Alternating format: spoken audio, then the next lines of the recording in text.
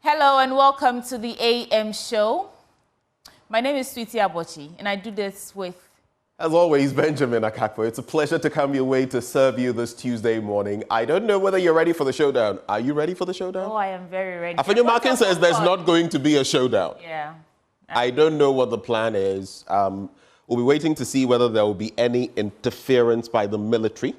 We'll be waiting to see what the two different sides will do once they get into the House of Parliament. We'll be waiting to see whether what Roxanne Nelson Daffy mentioned yesterday will pan out.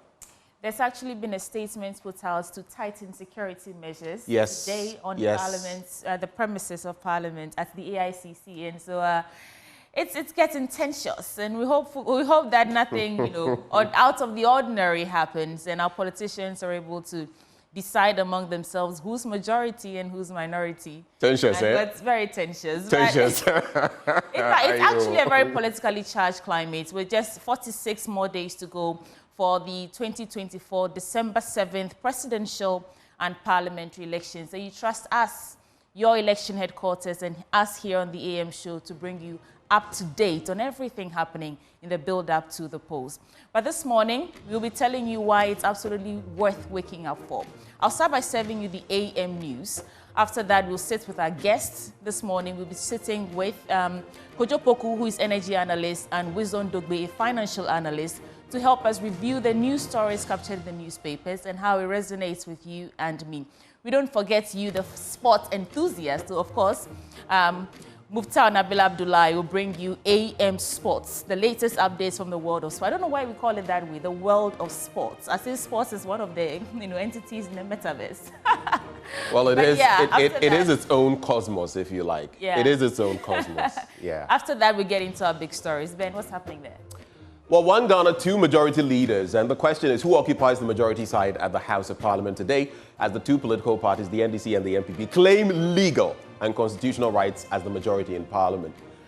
Meanwhile, some statesmen are urging for level heads. We've heard from the likes of Sam Okujeto, among others, saying that level heads have to prevail to avoid throwing our governance into a state of anarchy.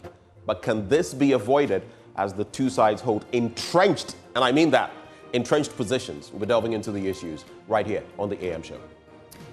Well, you want to stay with us for this and many other conversations. Also today, we will bring you a hotline documentary, Gas to Charcoal, a joint news hotline documentary, like I said, exploring the impact of initiatives like the cylinder recirculation model to boost LPG adoption. They say from charcoal to gas. What are you using? Safer option? I hope so. Join us with your comments and your thoughts either right now, from now till 10 a.m. across social media, all platforms you're streaming live. But we are Joy News on TV. But when we do open the phone lines at the tail end of the program, you get to also call and have your say. Benjamin, I know you want to say that we are matching colors. But Exactly. Exactly. You're up to it again. As for today, it's just one cunning. I don't get what's happening there, but yeah. Anyway, it is what it is. It's a Sweetie show anyway. Let's gear up for news up next.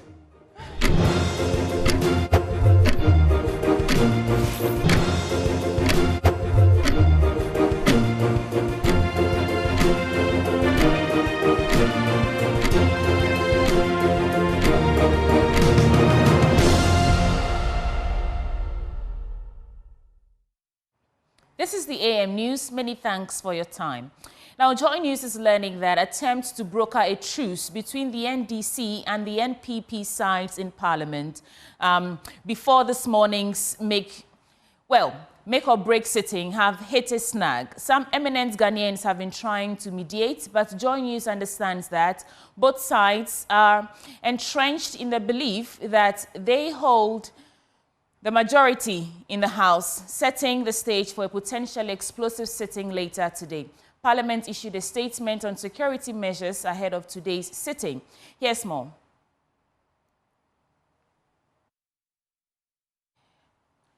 According to the statement, all MPs, staff and members of the press will be screened thoroughly before the entry into the chamber. Bodyguards of MPs will not be permitted in the chamber. Vehicles will not be allowed to park around the Grand Arena, and that is a precinct of the AICC. And the Ghana Police Service will provide directions to the designated drop-off zone. MPs are requested to wear their parliamentary identification tags. Access to the chamber will be from 8 o'clock, and the public will not be allowed to access the public gallery until further notice. Respectfully, counting on the cooperation of all. And these are just measures to ensure that security is beefed up ahead of today's meeting as Parliament resumes sitting at AICC.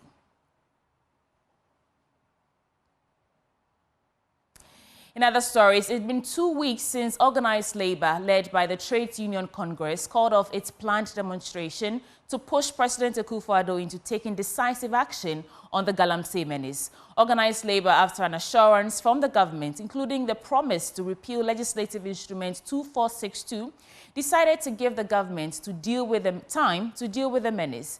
Now, we know the Lands and Natural Resources Minister, in collaboration with the security agencies and regional ministers, sent security men to crack the whip. But tonight, this morning, the question we asked 2 weeks on is, what does Organised Labour make of the government's efforts so far? First, here is a news desk report on the events leading to the Labour's final decision to back down.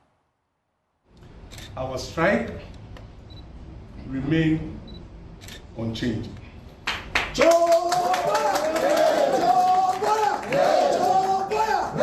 That was the clarion call by Organised Labour pressuring government to stamp out the menace of illegal mining that had ravaged forests, reserves and water bodies. They mirrored the nation's anger, signalling that they were unprepared to back down until the following demands were met. The government will collaborate with Organised Labour and the stakeholders in the fight against Galamsey.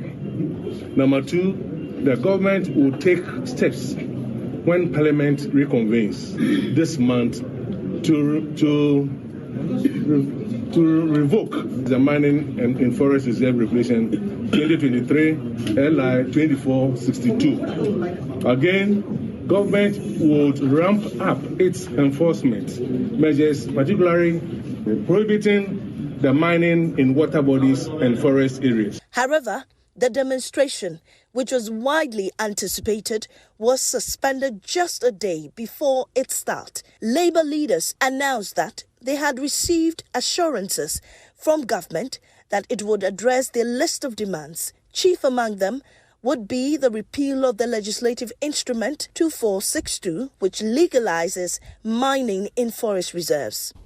Following this meeting, government offered enhanced and time-bound measures in respect of our demands and the fight against illegal mining.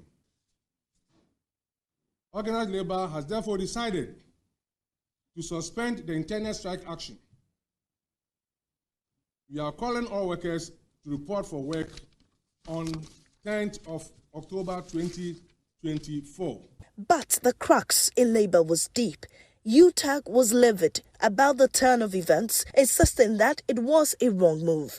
After those teetering 2 weeks, it appears that government's promises have not been fully realized. While some action has been taken, such as the deployment of military personnel to known Galamsey hotspots, these measures seem far from comprehensive. But the real question is, where is Organised Labour? Have they gone to sleep? Still on the matter, Parliament has also yet to begin any step to repeal that LI 2462, which allows for mining in forest reserves. Listen to Majority Leader, or should I say Minority Leader, Alexander Penyo-Markin, when he spoke to the media in Parliament last week. Matters that come to Parliament will be dealt with. I mean, I would check on the instrument, but I've been finding out when it comes to enactment, we have the power of revocation through repeal and all. I'm still learning whether subsidiary law would require any action by Parliament when same is being revoked. We still learn. The law is always at large, so I'm still trying to research on whether executive instrument or legislative instrument will come and all that. But I'm sure bringing it to Parliament, I don't know, but we'll check it. Yeah. But so if it comes and it's a matter of we doing revocation, what procedure and all would also be looked at. So you'll get to be updated on that.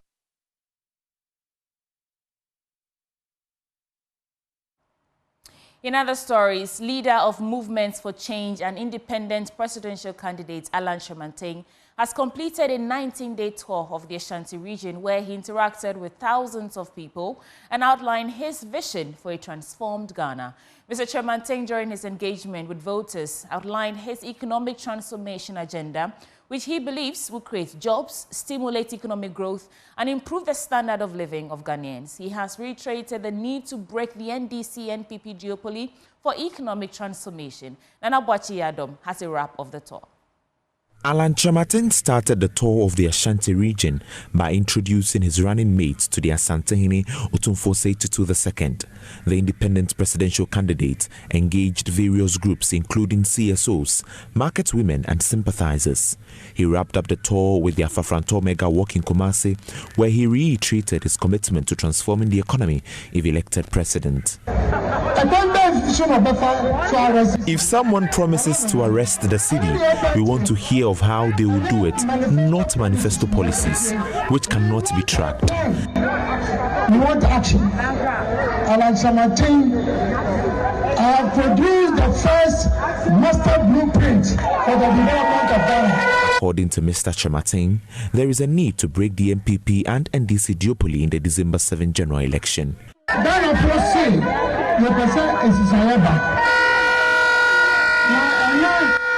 Ghanaians want change. They want total change. And Alan is the change. NDC and NPP, after 32 years, have destroyed our economy. 32 years,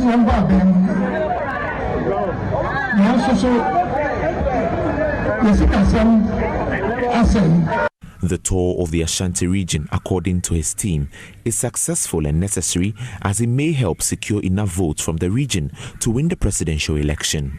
For Joy News, Nana Boakye-Adom, Kumasi. In more election stories, youth organizer of the New Patriotic Party in Ejura constituency, Abdul Rahman Hudu, has sustained injuries to his head and back in alleged assault on live radio.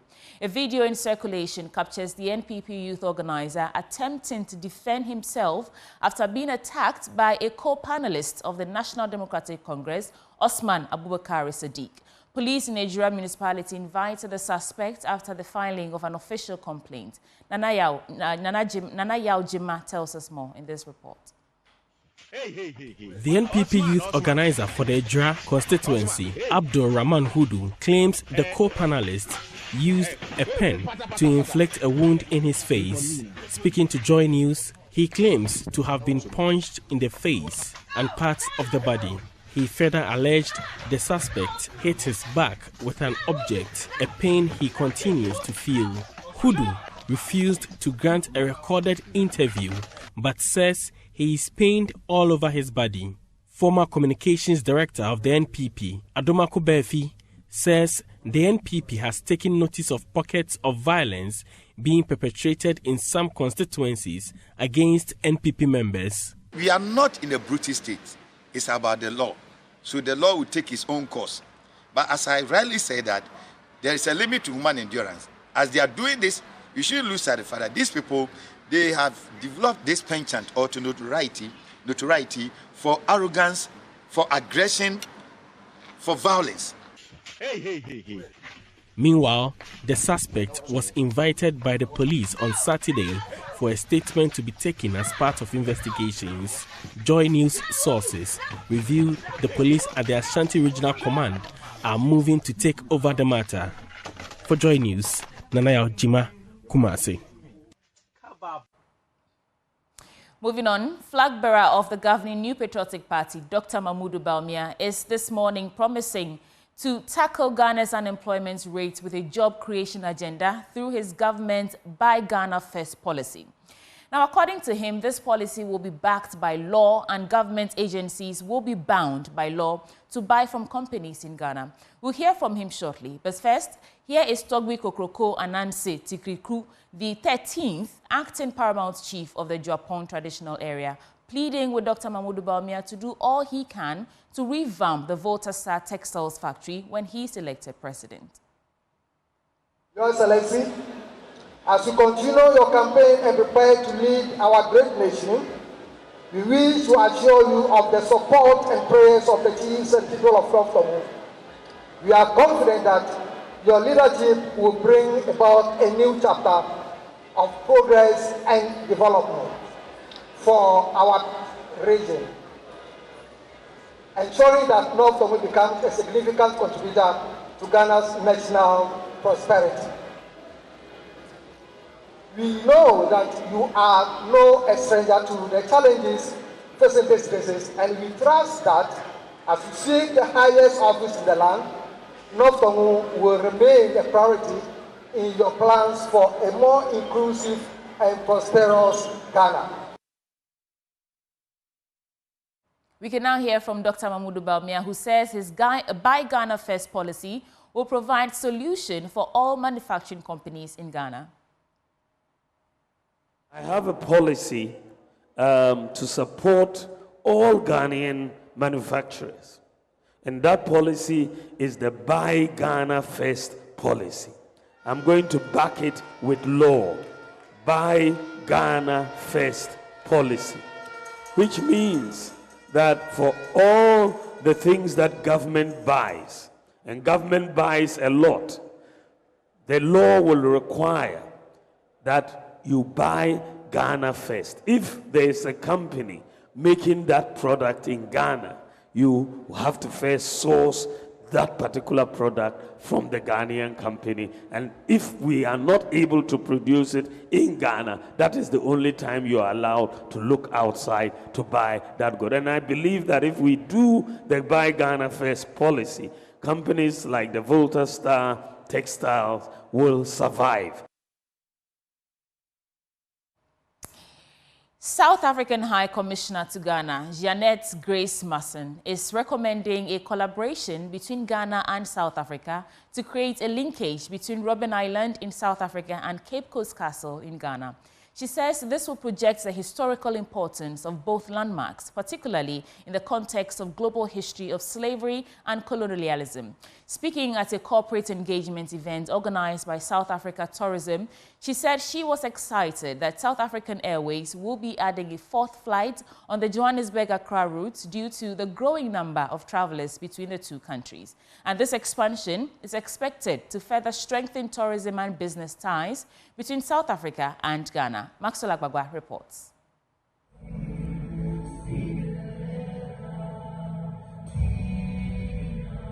The South African Tourism West Africa Corporate Engagement is a strategic platform which provides a unique opportunity for Ghanaian businesses to meet, network, negotiate and conduct business with their counterpart from South Africa. The platform also provides an exceptional opportunity for corporate travel managers, airlines, corporate travel agents, as well as other social groups, example polo and golf clubs, to extract customized travel deals for their respective organizations. Speaking at the event, South African High Commissioner to Ghana, Jeanette Grace Masson, said there can be collaborations between Robben Islands of South Africa and Cape Coast in Ghana. This, she said, is largely due to the similarities in the history of the two tourist destinations. But these are opportunities that we can leverage on Robben Island.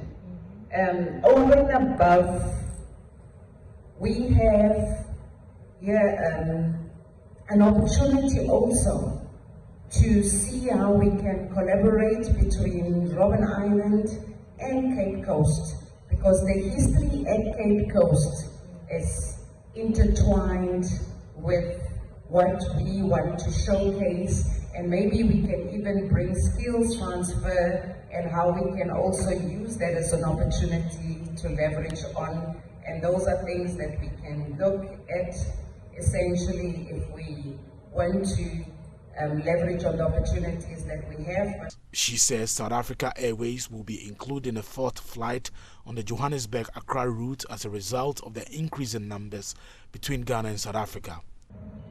And I say to you, congratulations that you are even including a fourth leg. And I urged you to get a fourth leg, essentially because the flight that leaves Johannesburg on a Saturday because of the new times leaves at 10 from Johannesburg. And I know that because we want people to explore South Africa and all provinces. Regional head of South African tourism, Tekiso Rakolojani, urged various businesses and individuals to take advantage of the platform to market their businesses. We have the national responsibility of looking after both Nigeria and Ghana, which constitutes the West Africa hub. And ours is a very clear mandate. We are to engage in these two particular countries to encourage people in those countries to come visit our country as a tourist destination. And this morning we are gathered to engage specifically around a sector in our tourism value chain that we would like to engage with you, which is around our MICE offerings. MICE offering being meetings, incentives, conferences, as well as special events. So those of you that are in that space, whether you're in the golfing, polo, boating, whatever specialist industry you are in, Now, the energy of the last contest for the 1/8 stage of the National Science and Math Quiz was high. But Ghana National College stayed cool under pressure, dominating with smart answers and quick thinking. Despite that tough competition from St. Louis Senior High School, who were hoping to make another deep run, and a determined Archbishop Potter girls, Ghana National was in a league of their own, claiming victory with 56 marks and proceeding to the quarterfinal stage of the National Science and Maths Quiz. Here's more. The last contest for the day just ended with Ghana National College sailing through to the quarterfinal stage. They won this contest with 56 points. Well, you told me you were going to lead, giving them a gap of 20, and it was more than that. How do you feel? I feel so excited. Ghana National College is a school that is very promising, and I told them that we gave the Inquisitor Presby a 20-point margin, and at the end of today's contest, we're giving them 21-point margin. I feel so excited, and I know that going forward at the quarterfinal stage, we are also going to make it a point. Okay, all right. How are you feeling right now? I feel very excited that this time to God has granted unto us the victory, and then our message for the other schools is simple: we are coming. Coming, eh? We are coming. I'm so happy. Well, sorry, you were saying something. Yes, before you go, one message that I want to give to those out there is that Ghana National College was named Ghana before the country Ghana.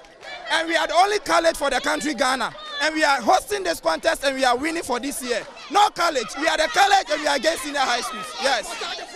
That is Osajifu's own school. Osajifu's own school. Dr. Kwame Nkrumah's own school. Now, let me speak to some of your students. Guys, kindly join me here. Come, join me. Now, you are moving to the quarterfinal stage where other schools, you're likely to meet Presec, Legon, and other schools. But then, OWAS, I'm pretty sure you are meeting OWAS in this contest. What do you have to tell them? We are not afraid of any school. Because in the second round, they had roughly like around 48 points. But, we are taking a victory home. That's it. Yeah, we are going to win them. Winning, hands down. So a message to Opoku. We are not afraid of them. They should know that we are winning. That's it. Yeah. Okay, so what I want to tell Opoku School is that they are about meeting Ghana National College. That is Osajifu's own school. The school that was named Ghana before the country Ghana. The college that has won today's contest. That they should watch out for Ghana National College, and that we are going to give them the same margin we gave to the two girls' schools. Thank you. You've heard from the students from Ghana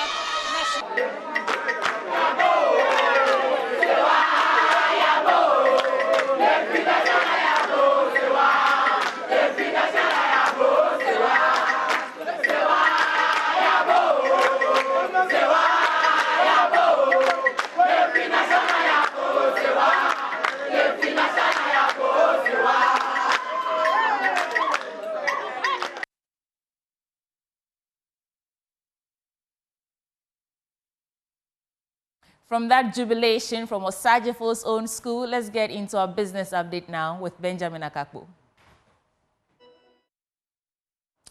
Well, thank you for staying for business. And in our first story, Ghana's monetary policy rate of 27% is the highest in Africa, the World Bank has revealed. In its latest October 2024 Africa Pulse report, the World Bank said the Bank of Ghana and other central banks had kept interest rates higher to anchor inflation expectations properly and secure a smoother path to their inflationary targets. There's more in this report. According to the World Bank, central banks in countries that still have double-digit inflation and weakened domestic currencies such as Angola, Nigeria and Sierra Leone will keep monetary policy rates higher for longer, and in fewer cases, they may increase their policy rates, particularly in countries where inflation rates still have not peaked. Broadly, currency weaknesses, slow fiscal adjustment and cost pressures are among the factors driving countries like Ghana to keep a tighter stance for a longer period. For instance, it said Ethiopia, Ghana and Nigeria are among the worst performing in Africa this year, and their currencies continue weakening while demand for foreign exchange remains pressing. Now, experts are urging greater private sector involvement in skills development and technical and vocational education and training in Ghana. Chairperson for the Sector Skills Committee, Ghana, Constance Swanica, stated that the private sector's participation in TVET was essential for aligning training programs with industry needs. She spoke at the Africa Skills Week. Well, the role of private sector is very crucial to skills development in the country. I think one of the key conversations around how do we deepen collaboration between private sector and the public sector is one of the things that we discussed.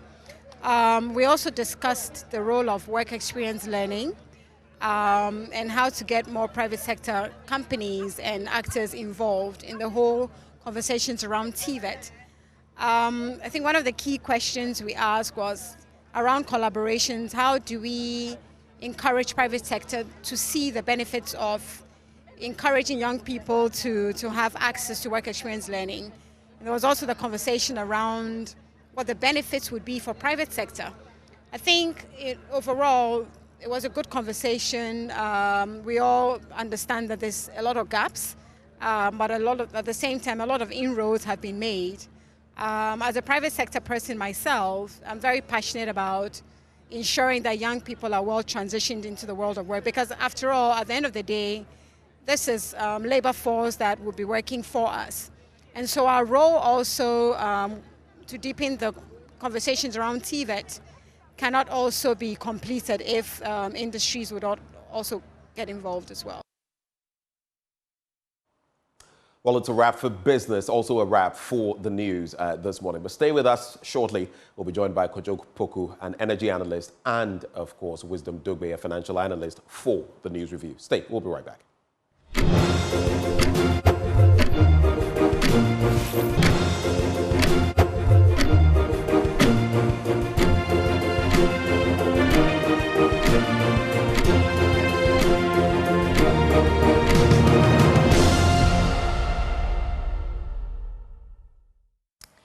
This is the news review segment on the AM show. Of course, Ben and I are ready for you in our matching colors, but let's quickly introduce our guest to you this morning. We'll be speaking with Kojo Poku, who is an energy analyst, and Wisdom Dugbe, a financial analyst, both analysts, Benjamin's favorite duo of the week, joining us shortly. Good morning, gentlemen. Good morning. Do you guys do this intentionally, the matching colors? It's so unintentional. I was teasing her earlier. I don't know how it happens, but it's been happening pretty frequently. And what do you say? The gods must be crazy. Something funny is going on. But yes, it happens. We also will be crossing over at some point to Parliament. In fact, we'll be doing that. You know that today, well, Afenyo Markin says, and nowadays I don't want to refer to anyone as minority leader or majority leader. I mean, says there's not going to be any showdown. But let's cross over to the precincts of Parliament. Our very own Kweku Asante is there, our parliamentary correspondent. Kweku, good morning. What is happening?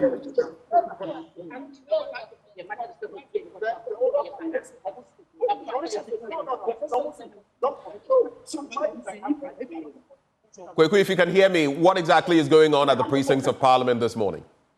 Okay, well, as you can see behind me, a number of NDC MPs already here within the precincts of Parliament. They are not allowed entry into the chamber because per that circular that was put out yesterday by the clerk to Parliament, by the Marshal Department of Parliament, they were only going to open Parliament at 8 o'clock a.m. But as I speak, I can actually confirm to you that some NPP MPs are already in the chamber.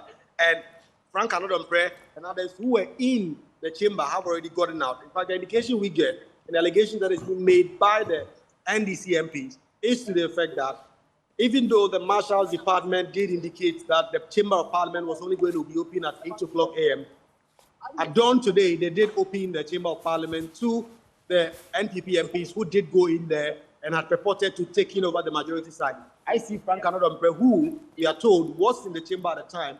He's already stepped out, and this means that as of now, there's no one in there now. But that is the claim that is being made by the minority NDC MPs who are really livid about the situation, who say that they are not going to allow anything untoward in Parliament today. They insist today that they are going to allow, or they're actually going to take the majority seat because they claim that they are the majority in Parliament. Already heavy security presence here within the precincts of the Accra International Conference Center, which is being used as the makeshift parliamentary chamber today. And so, in fact, if you come right across the conference center, right in front of it, there is a roadblock with the police having mounted some barricades over there with a few policemen and other security services at that place. If you come a bit forward you will see a number of military men with sniff dogs who are actually checking around to see if there are any explosive devices or any other thing. They are still around the precincts going around. So heavy security presence here as we anticipated because of the tight security and tight issues that are coming up today in what has been described as this make or break parliamentary sitting today. Some have said that today's sitting will test the democracy of the country, given the entrenched position that have been taken by both NDC and NPP MPs. So let me take you around quickly where you can see the situation and what exactly is happening here. You can see that military vehicle that is just stationed right in front of the conference center. You can see also Frank Anodompe, who is the majority chief whip, who is also just around, and a few other persons who are all here and giving us an indication of what exactly is to happen. So we'll try and see if we can get some interviews and try and see if we can get some conversations with the majority leadership who are all. Honorable Bibi Drisu, let's get some brief reaction from you. There's this claim by the minority that despite this place being closed, the Marshal's Department allowed you to come inside and actually go. You've actually been inside the chamber. Is that true? Yeah, we were in the chamber, but it's not the Marshal's Department that allowed. The door was not locked, and we came just to make sure that everything is in order. We went into the chamber with the chief whip and then one of our colleagues to be able to check the arrangement. We realized that everything is stuck. The majority caucus, that is the MPP caucus, are still seated to the right of the speaker, and then the minority is seated that side. It was at the time that when we were there, then the security personnel said that they want to screen the place, and for that matter, we should come out. He was here late. We never even met any of us inside. He was just standing outside, castigating and saying lies about whatever. He never even saw us be inside the chamber. So whatever he said, totally lies. It's one of their game plans that they want to say security have allowed us to come in. So as we speak, there is no majority NPP MP in the chamber now. There's somebody in the chamber. We are here. You can go in there. You can so these are some of the slip dogs, the military slip dogs that are being used in the precincts of Parliament, and they have all been here since morning. Heavy security personnel right around Parliament with this indication of what a showdown that is expected to be. You have just heard from the majority whips who say that they did enter the chamber, but it wasn't because it was open. It was actually because it was already open, not open for them by any security man, and the military who have already been in the chamber, undertaking some screening so far. And so that is the situation here within the precincts of Parliament here, and a number of really tight security here, and NDC MP sharing concerns. Let me speak to a couple of them about what exactly it is that the concerns they have. Honorable Seydou Jassou, if I can briefly have have the chief whip and other persons already come here. According to him, Honorable, your live on John is Honorable Tubu. What exactly is happening here? Why are you here so early when you're outside? And the understanding is that some of your colleagues have already been in the chamber on the MPP side. Yes, I think we got here very early in the morning, and we are surprised. There is a circular from the Marshal Department that the doors to Parliament official open at 8 a.m. So as responsible and law-abiding citizens like some of us, we got here after 6, and we realized that some people were already in the chamber at 4 a.m. The majority we are not part of it. They wanted in the chamber. All the doctors. Now we are even scared. What did they do in the chamber alone? Now they brought in the military. We don't know what is going on. So we are all here. You know, whatever it is, we are here and we want to ensure that what is right for Ghana is done. But what the NPP government is doing, I am surprised. I am so surprised that they said they were not even going to come. They walked out the last time and they indicated that they were not even going to come to Parliament. I intentionally here is the case 4 a.m.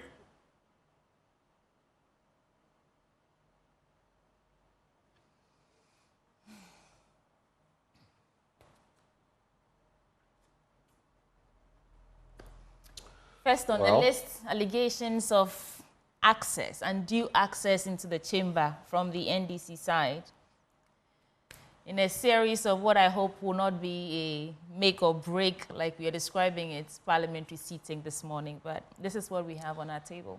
I do not know, though, about, there was talk about the military being deployed into this and it's being unnecessary. Well, there are some soldiers there, and I don't know what the sniffer dogs are going to sniff, but maybe, of course, it could be security related, and we'll see how it pans out. All we are praying for is that there will be sanity, that this entire melee will be resolved some way, somehow, and we can move forward, basically. That's what we're looking forward to. But before we reconnect with Kwekwa Asante, that is if the connection turns out to be better, Wisdom, you've seen the scenes. I don't know what you'd like to talk about this morning, but briefly, what thoughts are on your mind? Look, this is very interesting what is going on with this whole parliament brouhaha that is going on. I think it's a very interesting item. I believe that there will be a couple news items on this, so I think we should jump right into it and discuss what is in the papers. Okay, happy to oblige. I'll start with the Daily Guide newspaper. On the front page, AMA does biogas partner to generate renewable energy. I think we had them here, one of our drive-bys last week. MP's power struggle on that. Supreme Court orders served on Parliament. $5 billion green gold agenda unveiled. Nana campaigns for Ayoko Botre's Commonwealth bid. And Bagbing was wrong, says Freddie Blay. And this is their paper anyway, so let's get into it. Let me start from page 3, where it says Supreme Court orders served on Parliament. The Majority Leader, Alexander Penyomarkin, announced yesterday that the Supreme Court had successfully served its ruling on Parliament. According to him, the process was carried out by the court's bailiff, with service accepted by Parliament's Director of Legal Affairs, Nana Tewia Ochre. And speaking on the media, with the media on the matter, the Majority Leader praised Parliament. Should we still be calling him Majority Leader? Praised Parliament's compliance with the legal process. Quote, "We thank God that Parliament has subjected itself to court processes and has accepted service," he said, and added, "We look forward to Parliament respecting the orders and directions of the Supreme Court." And we'll be there live this morning to bring you all the details as it unfolds this morning. Let me do the story about EC floors Bernard Mona, and then I'll come to you. A high court in Accra yesterday dismissed an application seeking to set aside the decision of the Electoral Commission, which disqualified presidential aspirant of the People's National Convention, Bernard Mona, from contesting the 2024 presidential election. Now, the court's decision affirmed the EC's disqualification and ended Mr. Mona's hopes of appearing on the presidential ballot for the December 7th election. So it appears the road has ended for Bernard Mona, but Wisdom Dogbe, your take. So, look, on this issue of Parliament issue of MPs needing to vacate their seats, the MPs that have gone independent. I'm a bit uncertain about what actual role the Supreme Court has in this matter, at least at this stage. Also, I read somewhere that an application for stay of execution, as was filed in this case by Honorable Apenyo Makin, such an application can only be made in response to a court judgment, but there was no such court order in the first place. Then also, is it not the case that the Supreme Court could only, properly hear this case only if it was referred to them by the High Court? I will leave this for the legal experts to argue, including about the intersection of the role of Parliament making laws and the Supreme Court also interpreting these laws. But look, I'm just not sure that the judiciary should control what rules should apply to the processes of Parliament. So I'm not entirely sure that the Supreme Court should have intervened in this one. To be honest, I don't know, right? But that's just my thinking. Come to think of it, we had cases of lesser complexities, including the LGBT case. Do you see how long it's taken the Supreme Court to decide these cases? And do you see how swiftly the court intervened in this case about the rules of Parliament? These are the sort of things that could make some Ghanaians start to think that maybe, and I said maybe, politics is starting to play a role in our courts, which is unfortunate if it is true. You can argue that if these MPs keep their current seats, right, it will ensure some form of continuity and avoid some disruptions in the lawmaking arm of government. But how about the preservation of voter mandate? These MPs were elected under the banner of a specific political party, which is the party's platform and values they operate on. So when an MP switches parties or chooses to run as an independent, I think it can be argued that they are no longer representing the constituency who voted for them, right, based on their party affiliations. Right. So with this argument, could it make sense for them to vacate their seats to ensure that the voters or the constituencies are not represented by MPs who no longer align with the current political beliefs of that constituency? Okay. And I also think that the credibility and the integrity of the legislative body can be compromised if MPs switch parties or they go independent without accountability. So it is my belief that if you necessitate that MPs vacate their seats when changing party affiliations or going independent, it can promote a culture of accountability and respect for the political process. And like I said, we need to encourage genuine representation. So, you win your seat, you need to legislate on that seat. If you don't do that, to me, that is not genuine representation. That is political opportunism to me. Thank you for that. I just want to add that when we say that these MPs have declared their intention to, run or to, enter Parliament on a different party than what brought them in, it's not just an intention. They've actually filed with the Electoral Commission for the December 7th election. So it's not just an intention. They've actually backed it by action. Anyway, so let me just quickly run through the daily guide and then Benjamin will come in. Nana campaigns for Ayoko Botre's Commonwealth bid. Government officials yesterday joined President Akufo-Addo to canvass for votes for Ghana's Foreign Affairs and Regional Integration Minister Shirley Ayoko Botre, who is contesting for the position of Secretary General of the Commonwealth. And then $5 billion green gold agenda unveiled. President General of COA Research and Manufacturing Limited and President of Ghana Federation of Traditional Medicine Practitioners Association, Professor Samuel Atudankan, has unveiled the Green Gold Agenda, which is expected to generate $5 billion annually for the country. He said the Green Gold Agenda, which is being pushed by executives of the GAFTRAM, is a program that seeks to harness the potential of traditional medicine through research and develop them for international standards and for global markets as another commodity for Ghana, that is green gold. Then there's the AMA DAS Biogas partnering to generate renewable energy. NAPO woos US investors. Vivo Energy kicks off She Power Mentorship Campus Tour. Magdan GPHA partner to enhance marine transport. MTN moves to promote environmental sustainability. Let me see what's happening on the back page quickly.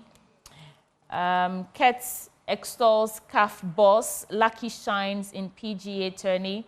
Arteta demands discipline after Saliba red card. And Mourinho mad at media.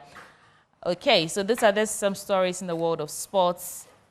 And there are so many other stories here, like Napo punches Mahama and Kaswa teen killers juror escapes 1,200 Ghana cedi fine. These are just some stories in the Daily Guide newspaper. Benjamin?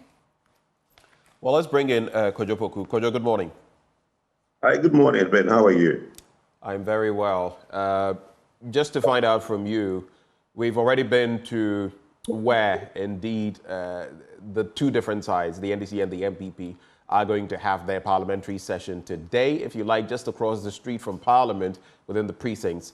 And there's some interesting action, but you didn't see the footage, so I think we'll just move on from that. What would be your quick thoughts for us this morning? We've already set sail, and then I'll get into the Daily Graphic newspaper.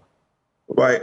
Good morning to your viewers. Good morning to yourself. Look, I think that this brouhaha about this, who is majority and who is minority in Parliament, look, doesn't serve the average Ghanaian. Everybody in Parliament is what you call people's representative. This whole charade or shenanigans which the NDC wants to put up doesn't augur well for the democracy that we have, doesn't augur well for the NDC parliamentarians themselves, because whether you are minority, have we ever seen the minority in such few instances? Every bill that goes to Parliament passes anyway. So if you are minority, majority, I mean, what are we fighting over? The fact that you want to set the business of the day? I don't really get this whole thing. Or maybe the fact that they want to reconstitute the committees. There are many things they want to do within. Well, what are you? We only have this Parliament session is only for 4 weeks. It's not even up to 4 weeks. Okay, so what are you reconstituting and what are you going to do? Well, it is obviously important to them. That is why they are doing this. Well, that's the point. That's the point I'm making. That's why the motive comes in. Nobody knows what the shenanigans is for.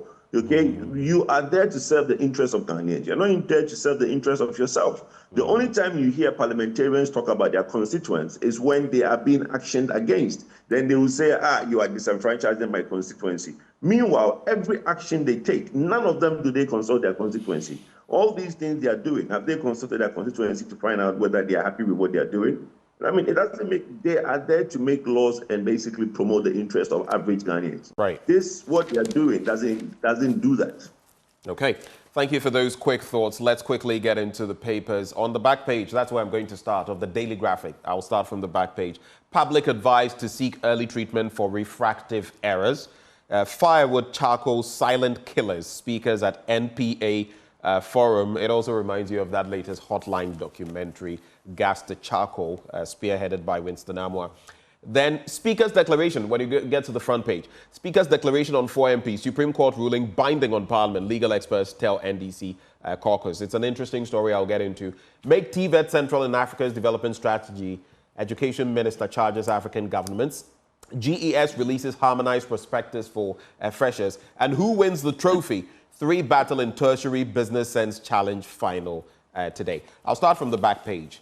So, people with eye problems have been advised to seek early treatment at eye clinics to help identify refractive errors, which are the leading cause of visual impairment worldwide. The national president of the Ghana Optometric Association, Professor Samuel Bet Wedikusi, said, for instance, patients below 40 years should visit an optometrist at least twice a year, while those above 40 years should do so once a year. The GOA national president explained that such visits would help to properly treat refractive errors in patients to avoid any eye problems. I'm harping on this story because there are so many people. I've always said that practically all of us human beings have some slight defects with the eye. It's only that for a chunk of people, it may not develop to the point where you need spectacles, okay? But all of us have something going on. So if you're not checking your eyes, someday you could get a nasty surprise. And another thing you should know, if something affects one eye, the system is such that it will likely affect the other one. And then you're in a big mess. So let's get our eyes checked. That's the bottom line. Firewood charcoal silent killers. Speakers at a forum held at Bando on liquefied petroleum gas have emphasized the health risks associated with the use of firewood and charcoal for cooking. They highlighted the severe health risks posed by the continued use of firewood and charcoal in homes, stressing that switching to LPG is not just a convenience, but a necessity to safeguard lives. The forum was part of a week-long awareness and sensitization campaign in the Volta region put together by the National Petroleum Authority and its partners. I'm now going to add the political story and then take your reflections, gentlemen. Legal experts have emphasized the need to obey the rulings of the Supreme Court and all courts, even if parties are of the opinion that they are wrong, unlawful, or unconstitutional. Such a position, they said, was the foundation of the legal system, which was meant to prevent the country from descending into chaos and anarchy. They have therefore called on the National Democratic Congress caucus in Parliament to change its stance and rather take steps to set aside the ruling by the Supreme Court that put on hold the Speaker of Parliament's decision to inform Parliament of vacant seats upon request. So, and here's where it gets interesting. Some of those spoken to include our very own Samson Lade Anyanene, managing partner at A Partners, two constitutional law lecturers of the University of Professional Studies, Justice Abdullahi and Albert Kwashiga. Now, while some criticized the decision of the Supreme Court and others, describing it as bad in law, the lawyer said it was a general principle of law that orders of a court, irrespective of their defects, were binding until they were set aside. And that is the situation there. I think I'll pause here. Senior partner at Benchi, Encho Lecha and Ankoma Isan and Ankoma said, Ghana practiced a constitutional democracy and therefore any act by an institution established by the Constitution, including Parliament, was subject to the Constitution. Quick thoughts. I'll start with you, Kojo, before I go to wisdom. Hi, Albert, thank you. What I don't get is that since when is a stay of execution? I mean, it's the basic principle of law. Stay of execution, okay? Stay of procedure. Everybody runs to the court for a stay. So it's not like the court has done the actual case, gone into the merits of the case and made a ruling. All they are saying is that if this thing is made to stay, it might injure or injury the other party. So let's stay the execution whilst we go into the merits. Everybody is now up in arms why the court has granted a stay. I'm confused. I mean, isn't that the basic premise of law? I think, Kojo, you should extend it because some legal luminaries have spoken about the processes that the whole thing went through, one. And that's secondly, by, if it's an ex parte motion, and we all know the dynamics in there, technically, they would have given some, 9-10 days, within which period, whatever has to be... Hold for me. Within which period, it's not like the Supreme Court can do anything because it is the Supreme Court. There are laid down rules and processes. So the Supreme Court is not a law in itself. I don't know where you heard that from. The Supreme Court is not a law unto itself. Okay, hold on. Unless you go for a review, when the Supreme Court makes a ruling, it's final unto everybody. Kojo, what I'm saying is, per the processes, if you file certain motions, there are certain processes that are triggered. There are certain legal actions that can be taken. There are certain time frames depending on what you have put forward. Okay, in this instance, I'm just letting you know why some people are up in arms. You say, why are they? I'm letting you know that in some instances, this extension that indefinitely in itself creates problems. Those are some of the reasons. The Chief Justice, okay, you see, the court in its own are allowed to make these things and then it becomes precedent. The Chief Justice can empanel immediately. It depends on the seriousness of the case. So this is the case where it affects the constitution, legislation of our country. So look, the point I want to make is this, Ben. We've heard some MPs make some utterances that is not the best. Meanwhile, these same MPs are running to the Supreme Court for interpretation and for guidance. Okay, I don't know, I don't want to mention names, but we've all heard some NDC MPs make some utterances that is not the best. Some basically giving warnings to the Supreme Court. So what, you go to the Supreme Court in the coming weeks to go and ask them to hear your case? How is that? Okay, point made on that. So, do you have any further reactions on something else before I go to wisdom? Yeah, the LPG forum. I think what everybody should be aware of is that there's also the clean cooking stove, which allows you to clean in a really environmentally friendly way of using charcoal and firewood. I'm sure you heard about the clean cooking stoves, which the Ministry of Energy has been promoting. It basically sucks the carbon away from the charcoals and doesn't basically fume and give out the toxic smoke that you normally get when you use the ordinary stoves. Right. So that is something that's also been promoted. So it's not necessary that if you use charcoal, but if you use charcoal without using then you might get a smoke which they talk about is harmful. All right. You can use charcoal and use the clean cooking stove. We'll be crossing over to Parliament, but before we do so, Wisdom, your quick take on this. I have to squeeze you a bit because we have to go back to the AICC on this matter.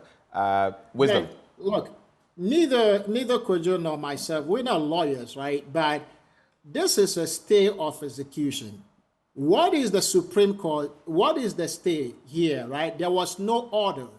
There has to be an order for the Supreme Court to issue a stay of execution, from my understanding. If there is no such order, I don't understand why the Supreme Court jumped the gun, right? Because somebody brought, an MP brought the case to them. I don't know if they really, what the case was. Okay, Wisdom, please hold for me. Let me cross over to our parliamentary correspondent and then we'll come back. Kweku, if you can hear me, what else can you report? What is happening currently? Of the majority, the minority, I should say, the NDC MPs, the NDC caucus here. You can see Dr. Kasela Tuforsin together with his deputy, Emmanuel Kofi-Boah and Mahama Yaga, who's really been leading the charge for them when it comes to legal matters. This is the first high-level official already here within the precincts of Parliament, the minority leader himself, Dr. Kasela Tuforsin, Mahama Yaga, Emmanuel Kofi-Boah coming in. Already the chief whip had been here, a number of NDC MPs. Doc, this is what they do as the honest, live on Joy News. If you got, okay, Doc does not want to speak for now. He wants to interact with his members first before they do so. But it tells you how the NDC MPs are taking this fight really seriously. Because if you look at the high-stakes, high-level persons who've already been here, the leader himself and a number of other MPs already here, when you come to the majority side, there are only 3 of them here for now, and that is going to be the situation. And you see Dr. Kasela Tuforsin interacting with Dr. Rashid Purple. If you come to the Accra International Conference Center, you see a number of soldiers stationed around the precincts who have a sniff dog, who are going around sniffing the place, ensuring that the place is in good shape before the sitting starts. I'll go in there and try and talk to a few more people. Emmanuel Kofi-Boah is the deputy leader. Leader, this is... You are not speaking right now. Okay. What do you want? Just briefly, you've come in here a bit early this morning. What are your own expectations of sitting today? Because already some of your colleagues have been saying that the MPP MPs have been allowed into the chamber. Now they are all out. What do we know? No, we are here for all things being equal. We are here to do the people's business, and we expect that to go smoothly.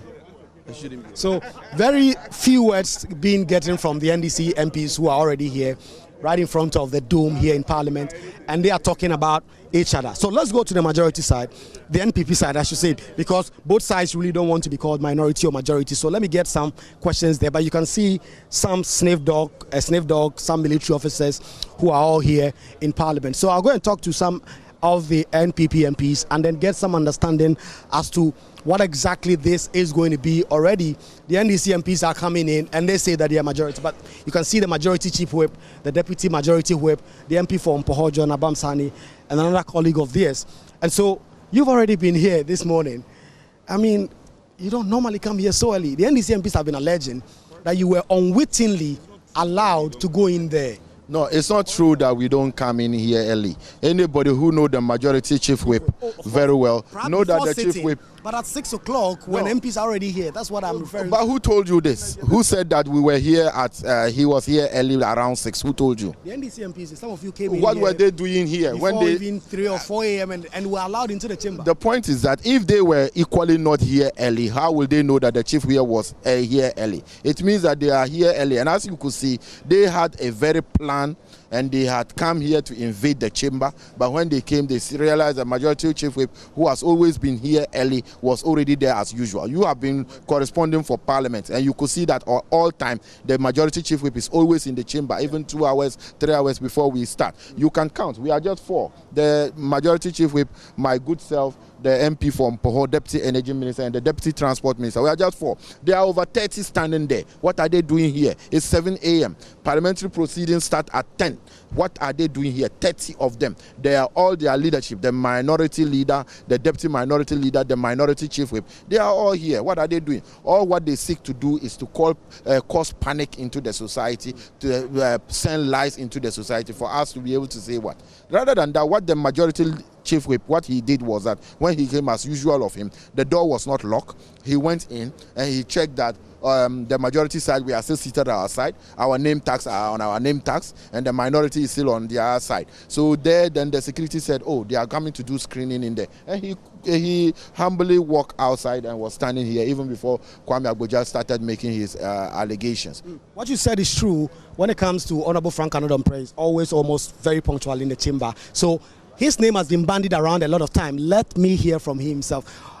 Honorable Majority Chief Whip, let's say that you connive with some security officials, despite the clear indication that the chamber was going to be open at 8 o'clock a.m. to go in there very early. What happened? It's a very wild conjecture, and you know how I work, how you operate in Parliament, and you have been reporting from Parliament for a very long time. So if for anybody to say that I connived, it's a wild thing that anybody can imagine or even put out. I don't want to glorify that kind of allegation.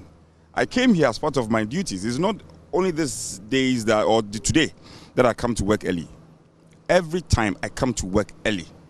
And when I came, I didn't enter by my will.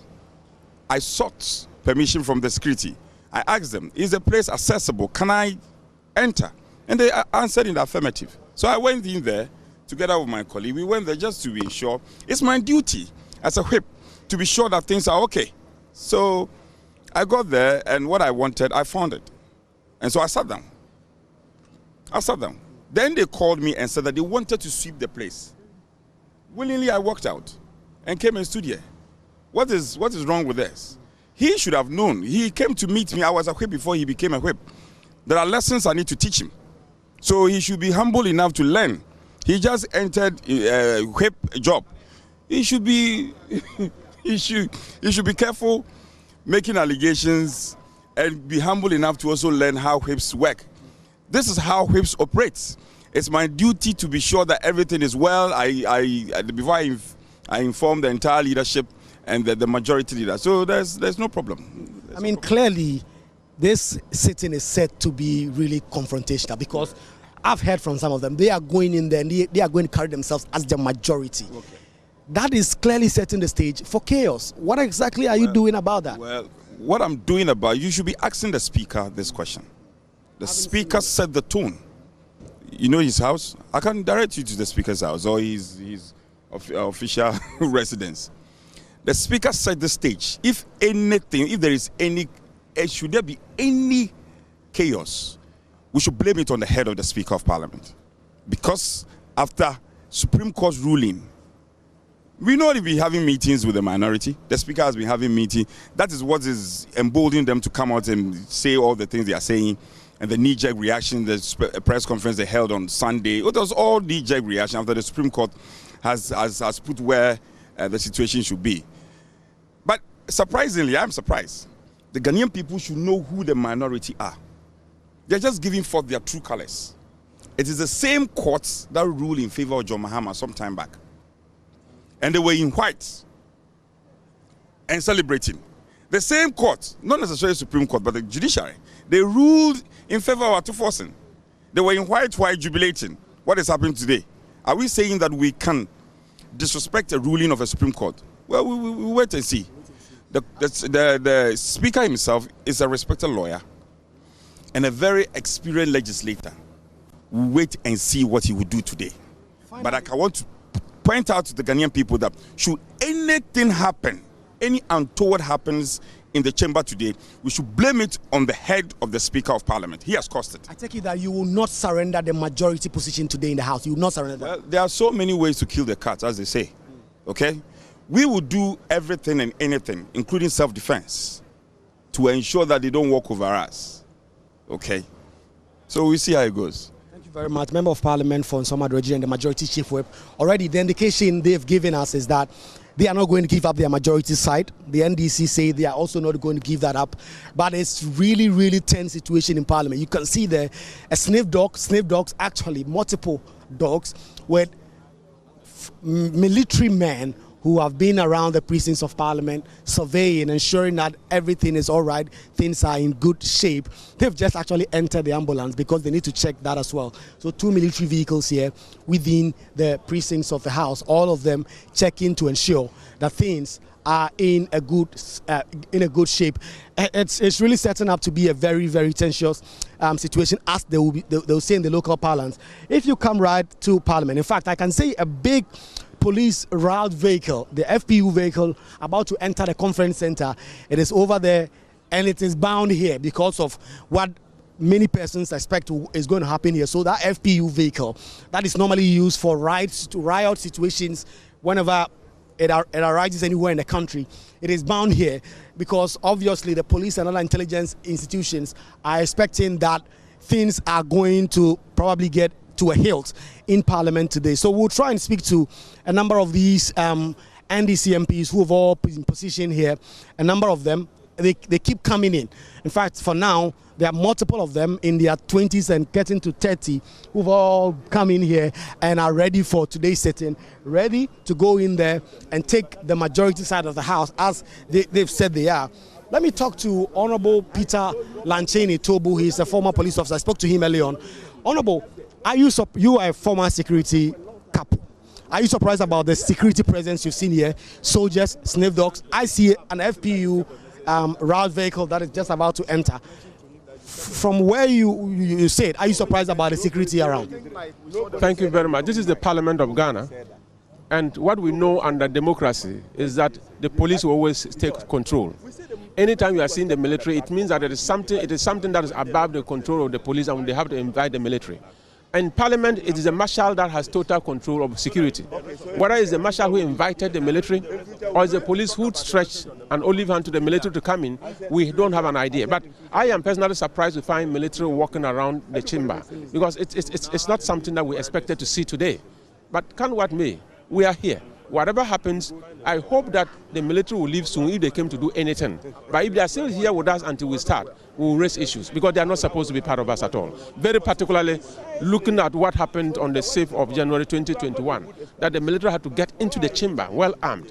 That was a dent on our democracy. And I want to believe that we will never see such a thing again, even though that matter is still pending investigation. One day, we will still get to the root of that matter. Thank you very much. Dr. Rashid Pelpo, you are a former leader in Parliament. Yes. These are really setting the stage for really confrontational times over here.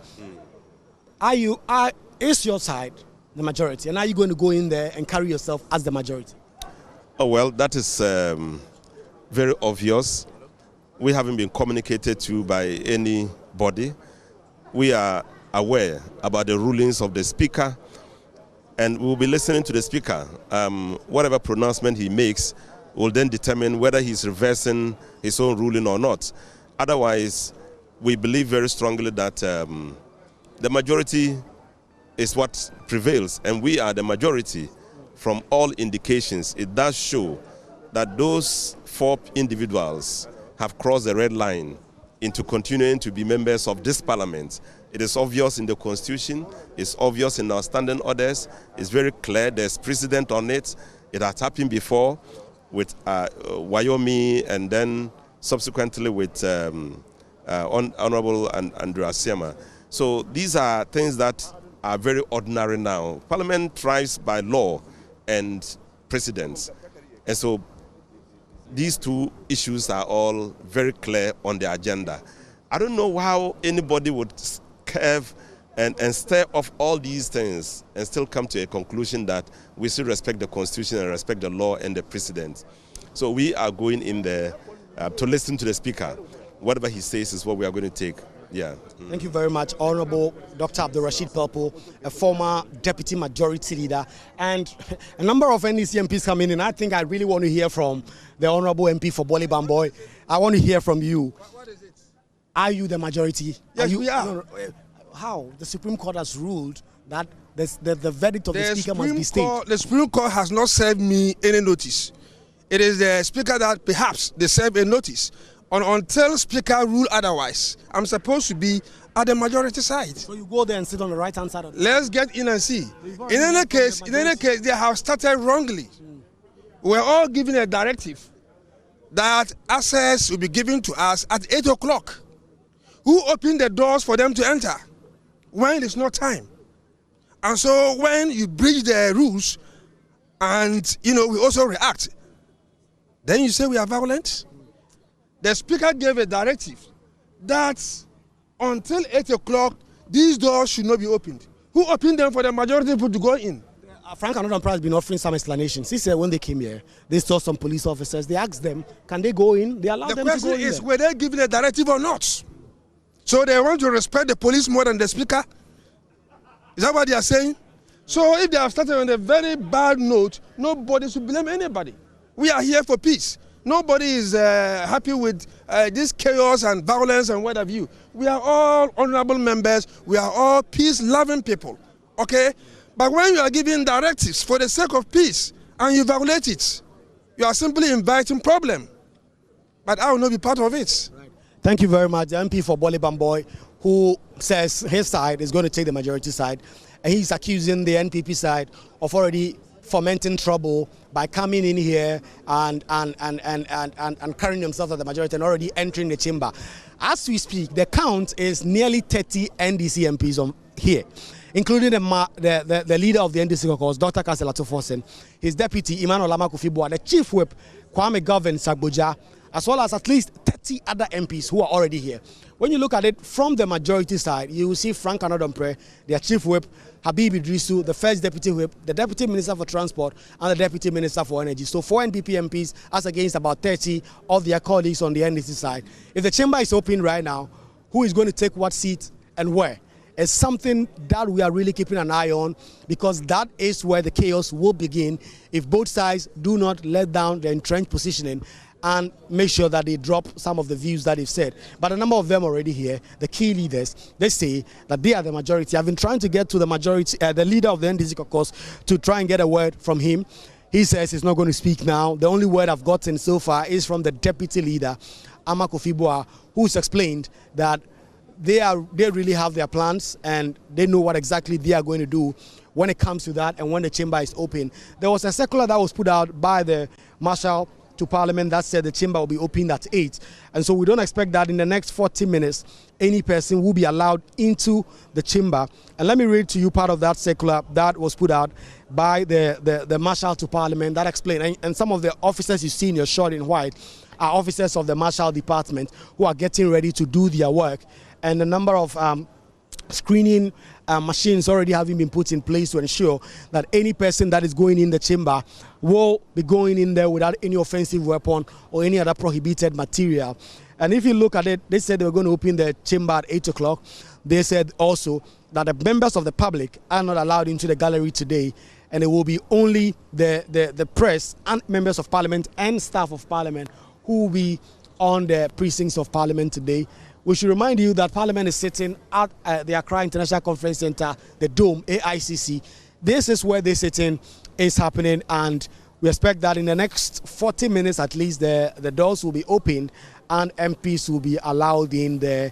And that is where we want to know which side will go in there to take the right-hand side of the speaker and which side will take the left side, which will obviously set the stage. So Benjamin and Suti Abochi, it's really confrontational here. I tell you, you can feel the tension. The tension is palpable. You can feel it when you come in here, because you see 4 NPP MPs here. You see about 30 NPP MPs here. All of them say they are the majority. They're going to go in there and occupy the right-hand side. I'm not trying to predict, but of course, if the doors are open now, 30 or 40 NDC MPs, they're going to overrun 4 NPP MPs. I don't know what the strategy is for the NPP side. We've already heard from the majority chief, Frank Anodon, who insists that they have a superior strategy, and if anything untoward happened today, it should be at the doorstep of Speaker of Parliament, Alban Bagbin, who they accuse of fomenting trouble and chaos in the House. Of course, the Speaker has defended himself that all that he has done is to apply the laws of Ghana, the standing orders of the House, that gives him the power to do so. So we will be here, we'll keep monitoring. The military men are still in there trying to ensure that the place is swept in national security terms to ensure that there are no foreign materials in there prior to this sitting happen. And the NDC MPs, you heard from Peter Lanchini Tobu, who says that was surprising. They say they are going to demand answers from the Marshal and the leadership of the House as to whether or not they sanctioned this move to get military men. You will recall that on Sunday when the NDC did the press conference, they alleged that the soldiers were being deployed here. We've seen that this morning. That is no longer in doubt. That is no longer in dispute. What is left to be seen is if these military persons will be here on the precincts of Parliament, around the chamber or in the chamber, right up to 10 o'clock a.m. when sitting will be expected to ordinarily commence. Sweetie and Benjamin, if you have any questions, I'll be glad to answer them. Well, I think for now you've given a detailed account of everything that is happening. We've also been curious about the presence of the military, but we shall await what happens as the hours go by. Kweku, thank you for now. Thank you for the scoop that you've brought us. We're going to wind down with our guests in the studio as we cap off the news review. On the international front, slavery reparations not on Commonwealth meeting agenda. That's according to UK PM Keir Starmer, and Elon Musk giving some US voters $1 million.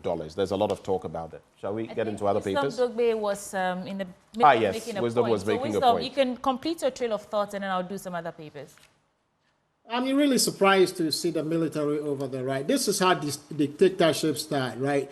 We have the police in the country. Is this something that they cannot handle? Why the need to call the military? Is it to intimidate our lawmakers or what? It just doesn't make sense to me. And I don't like some of the rhetoric that some of them have started saying, that self-defense, that they'll be engaged in self-defense. There is no really... nobody is attacking anybody. I strongly believe that our lawmakers will get things right.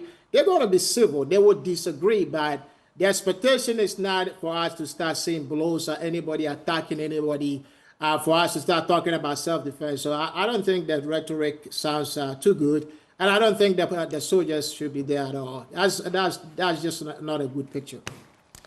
Well, let's see how this unfolds by the end of the day today. Let me quickly just run through these papers. This is the Overseer. It says, we will not retreat or surrender our majority caucus status, says Atoforsen. NPP won't engage in NDC's chaotic tactics. Apenyo Markin says, vote NDC to end corruption and stagnation, according to Prof. Jaina Nopoku Ajiman. And this is just Regional Coalition Center. It's a recipe for rigging, according to Idu Asari. And the Economy Times, 5 banks peg their lending rates above 40%. CD ranked 4th weakest in sub-Saharan Africa. MTN IO Insurance flees customers. And you can pick a copy of these papers for yourself. The Accra Times has Nandom Overlord cries to Mahama, come eradicate corruption in Ghana. What will be, today be today. And that's a banner story. Ghana's democracy at crossroads as 2 majority caucuses enter Parliament. 2 is in quotes.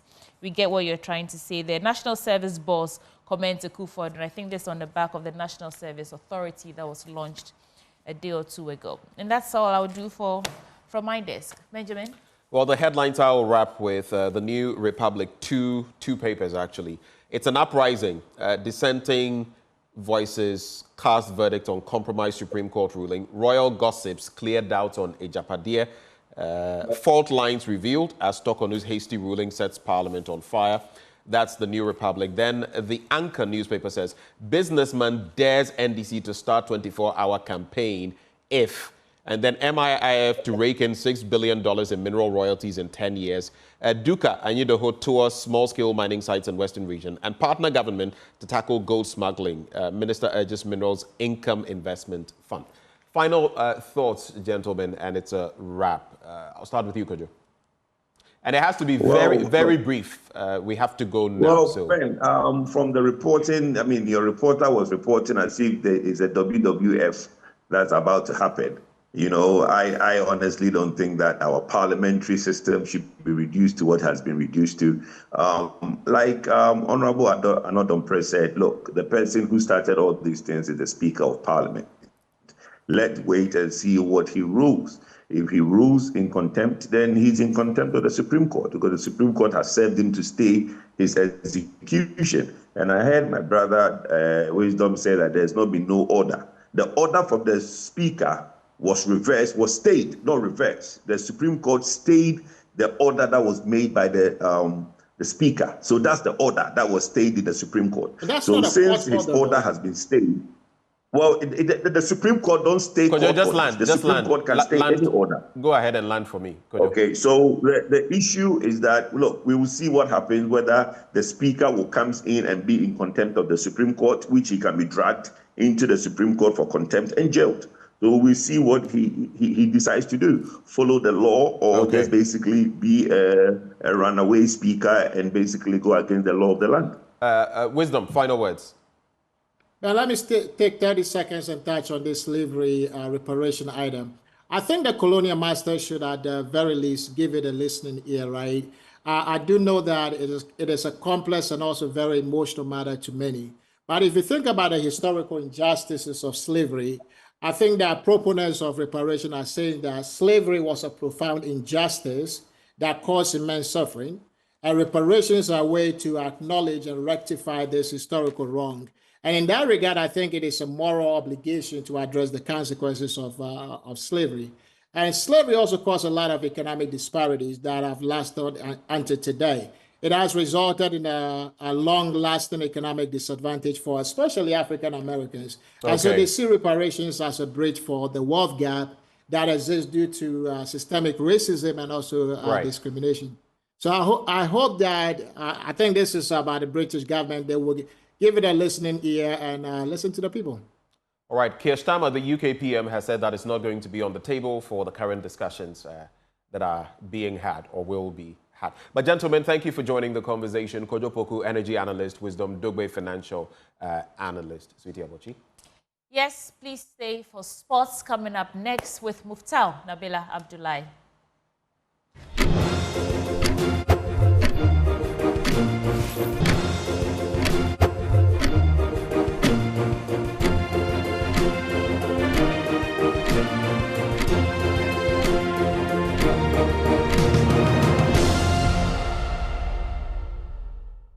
Good morning, everyone. We are 3 days away to the Joy Sports Invitational Tournament happening at University of Ghana Stadium on October 26. And yesterday, we went to JetLink Support Services, the agency responsible for ensuring that your landing and arrival permits are put together to make your journey successful.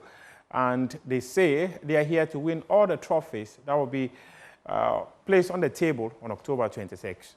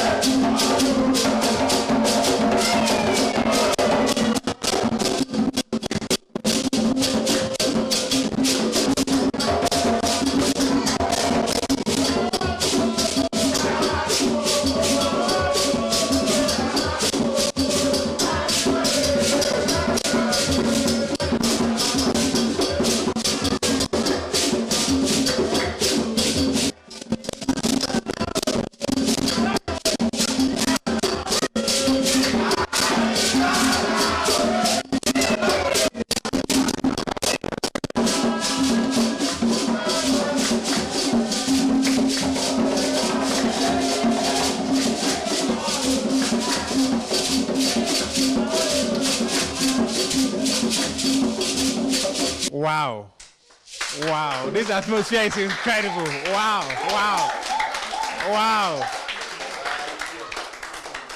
I am completely blown apart by this. It's one of a kind. No wonder you provide the best services for all airline work. Charlie, it's incredible. It's incredible. It's incredible. Ah. You are, you.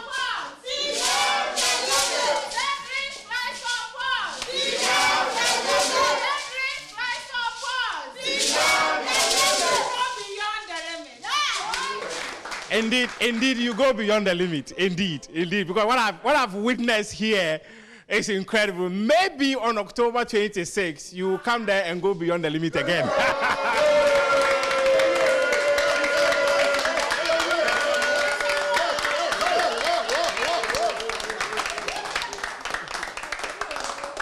Wow, wow, wow. Where's your CEO? Where's your CEO?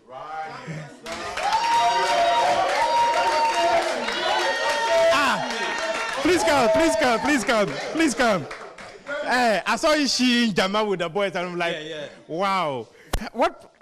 Just tell me, what the kind of atmosphere you've been able to build here is one of a kind. What is that special thing you do with your team? Our team is a great team. We do a lot of things here, and we work together as a family too. So that's what's keeping us going. I heard beyond the limit. Yeah. What exactly is JetLink into, and what sort of services do you provide that goes beyond the limit? We are into flight support, we are into ticketing, and then we are into aviation. What we do is all our services are beyond the limit. Nobody can compare our services. You go beyond expectations. Nobody. Yeah. Come this way. When I saw this football, I was like, well, I don't know whether if you are Frank Lampard or you are Michael Essien or. At the moment, I'm just coming from the camp, from the training camp. The team is there, so I just arrived from the camp. I went to Safoda Ventures. The CEO told me he has sent his coach to Stamford Bridge. Where did your CEO send you? For me, I went to train in the US. Yeah. You know, we deal in flight services. So flying around is a common thing, you know. As he told you, he just reported this morning. Yes, so watch out for us. CEO.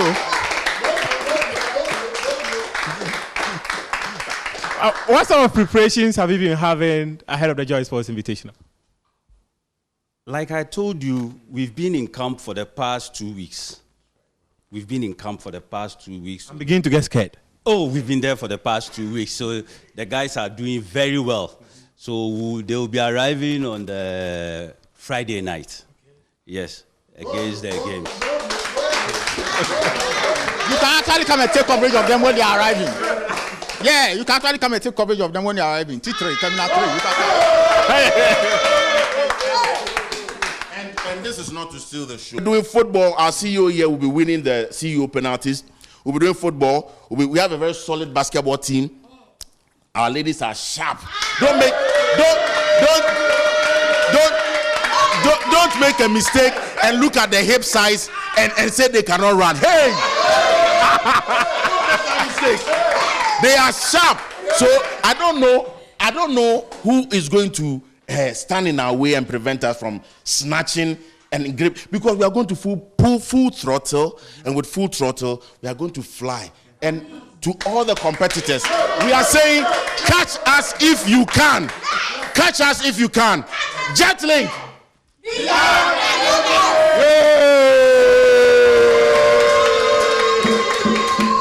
Wow. JetLink, beyond the limit. And if you are an organization out there and you need the best of airline services, there isn't any better home to visit than JetLink, because they will provide the service. Let's take you over to Parliament right now, where the Speaker of Parliament and parliamentarians they're going to be hearing the decision of the Speaker of Parliament after he had earlier declared some 4 seats vacant. And I'm handing over to Benjamin Akapo, who is back to the studio to lead the conversation. Well, thank you very much, Muftar Nabila Abdullahi. We've got a few scenes from the Accra International Conference Center to run you through. Kwekwa Asante, if you can hear me, what exactly have you been witnessing? And in fact, as of now, almost 10 sprinter buses are offloading NPP supporters, most of them wearing Frank Anodom Prayer and Baumia t-shirts, NPP supporters. You see them in your shots. There are more and more vehicles that are now bringing them in We have no idea what exactly they are coming to do around, what exactly the mission is, whether it is in relation to the sitting in Parliament or whether it's purely coincidental. That is something we are yet to see, but a lot more supporters fully clad in political party paraphernalia coming in, and more vehicles, more and more vehicles, bringing them in. Of course, you see also the very, very heavy personnel around. You see that FPU vehicle, you also see that FPU RAS control cars that are all around, and a lot more NPP MPs who are coming in here. We're yet to get any understanding of what they are doing. Most of them really tight-lipped, not willing to give out anything, not willing to speak to anybody.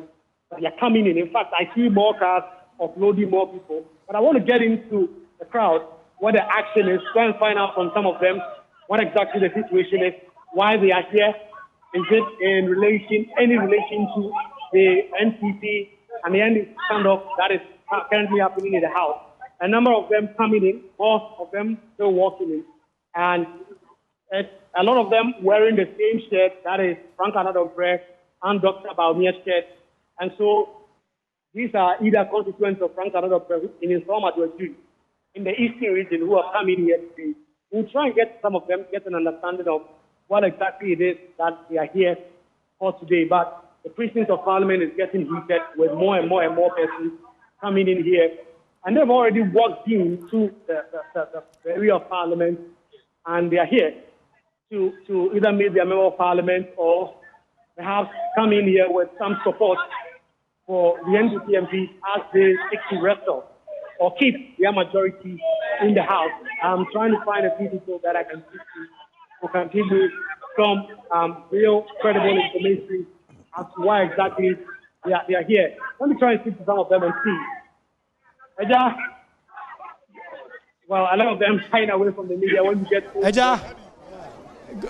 Well, a lot of them shying away from the media when you get close to them and you try to get an understanding of why exactly they are here.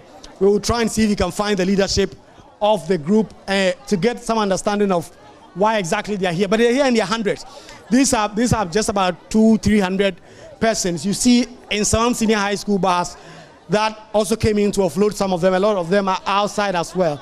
So we are seeking information. A lot of these supporters clearly been told not to communicate to anybody, not to give out any information, not to tell anybody why they are here. And so when you beacon them, they tell you they are not going to speak. Some of them referring you to their leaders. I do not know who their leaders are. Their MP, Frank Anadon, is at the dome of the conference center where Parliament will sit. And so we'll try and get some information from him when we get back there. But let's see if you can talk to some of them. Hello, sir, can we speak to you? I can't. Well, yes. This gentleman also says he's not willing to speak to us. So, Benjamin, that is the situation here. About 200-300 NPP supporters wearing party paraphernalia, wearing Dr. Baumia and Frank Anadon shirts, have come in here within the precincts of Parliament, not willing to speak to journalists, not willing to tell what exactly the agenda is here. Is it in relation to the parliamentary sitting, or this is just a purely coincidental that they've come all the way from Insawam to offer their support to their member of Parliament? For whatever reason, they are not willing to speak to the media. They've referred to us. They've referred us to the member of Parliament himself or their leaders. Their leaders are not around. I cannot see any of them. But a number of them here, and more actually coming in. If you see from the entrance, you can see a lot of them coming in wearing party paraphernalia, all of them clearly from Insawam Aduejiri. I saw at least 10 sprinter buses outside that has brought them in, and then a big bus from Insawam Senior High School that brought them in. But as to what exactly their mission is coming here today, they are tight-lipped about that, asking their member of Parliament to be the one to give us that information, or they are not going to speak to us. So, Benjamin, that's the situation here. And clearly, if this, and with this being live on TV, it will not be surprising that very soon NDC supporters will also start coming here, and then there will be fiery scenes, obviously. And so more and more party supporters now coming in here to Parliament. Well, Kweku, I noticed that you were struggling to get any of them to speak to you. But interestingly, you also mentioned that you saw some of them coming in vehicles from Insawam, Eduajiri, which is where, you know, that prominent member, Frank Anadon, is from, the member of Parliament. what exactly could be the reason? And I just want to find out, apart from the fact that they are from the Chief Whip's constituency, why are they even massing up? Why is security allowing them, especially in partisan colors, on a day like this, to come through? Do you have any idea?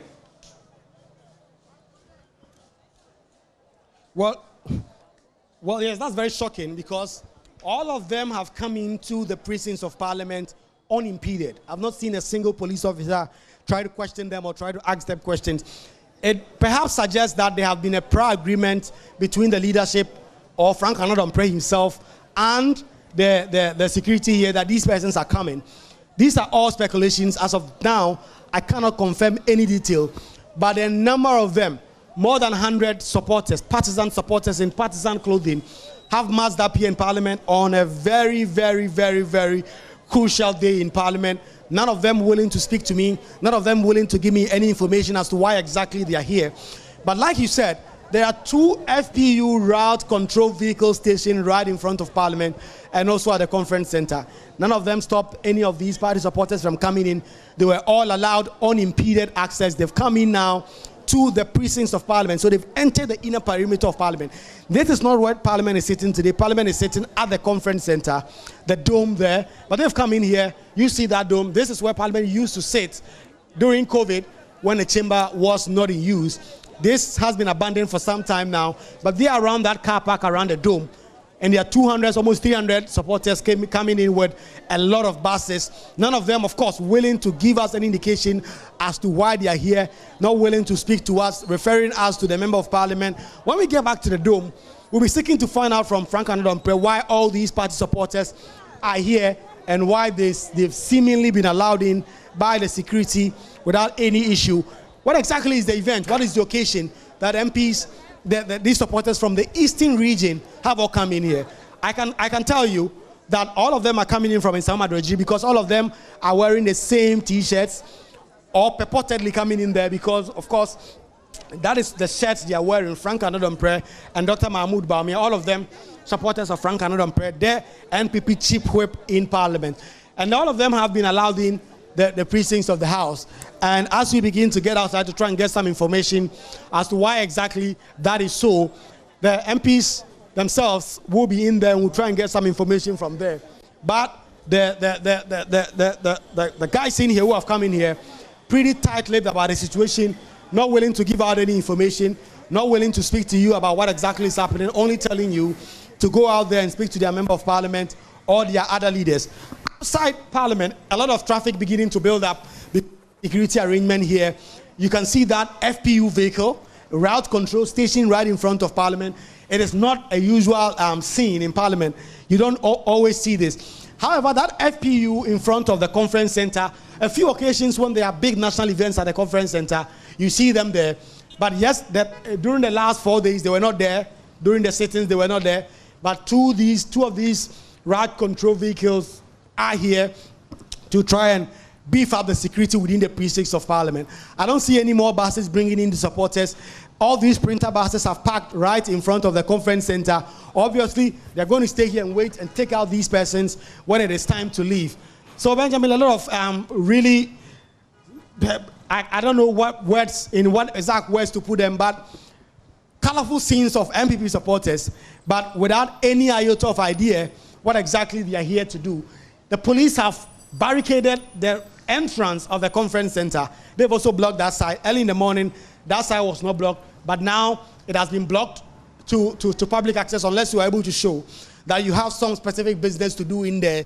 That is when you'll be allowed to go in there. So all these supporters having been directed to go inside the chamber, not the chamber, I should say, the precincts of Parliament, the inner perimeter of the big Parliament House. And they are all there at the car park right at the dome that used to be used by the House for sitting. So we will try and get some answers from Frank Anadom-Pre, the chief whip.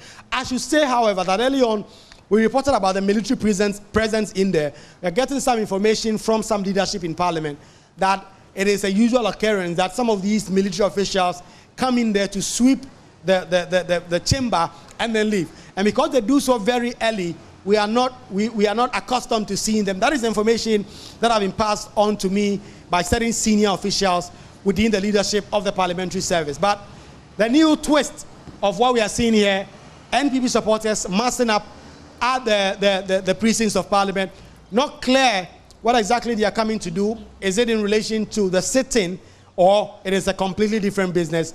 It is left to be seen, and I'm sure we'll see that pretty shortly. If you look at the time now, it is very few minutes to 8, in fact 8 minutes to 8. So we'll go back there where the chamber is expected to be open at 8 o'clock a.m. That is the information that the Marshal's office put out, that the chamber will be open at 8 o'clock. And then we'll see whether the NPP MPs, who are about 50 now there, will overrun the less than 10 NPP MPs who are there to sit at the majority side, and what exactly is going to happen, Benjamin.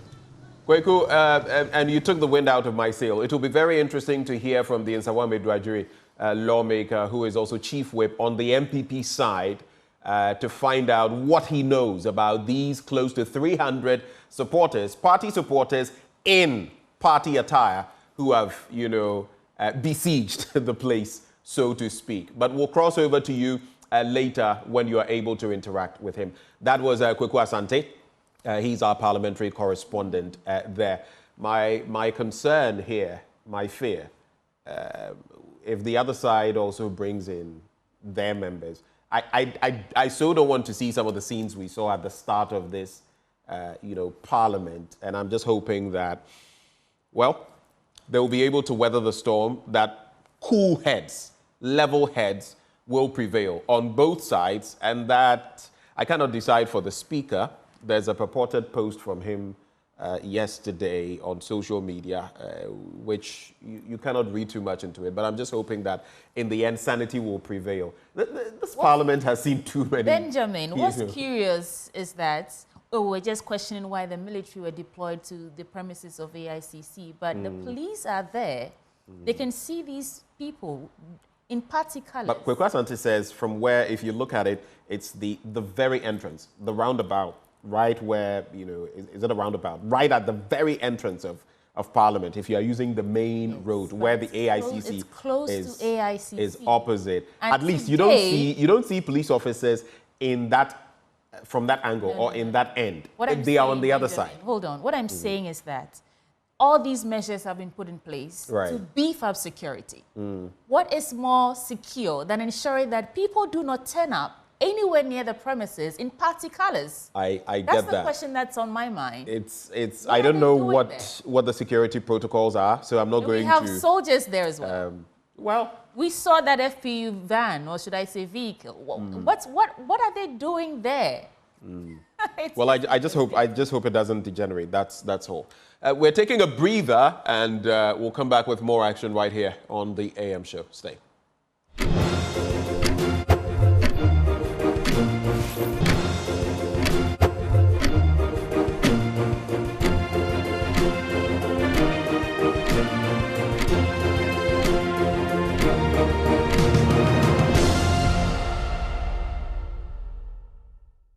The heat is still on, and right now we are taking you back to the premises of Parliament, where it appears the gates have been opened for people to make their way into the chambers. Kweku Asante is still standing by for us. Kweku, what's the latest?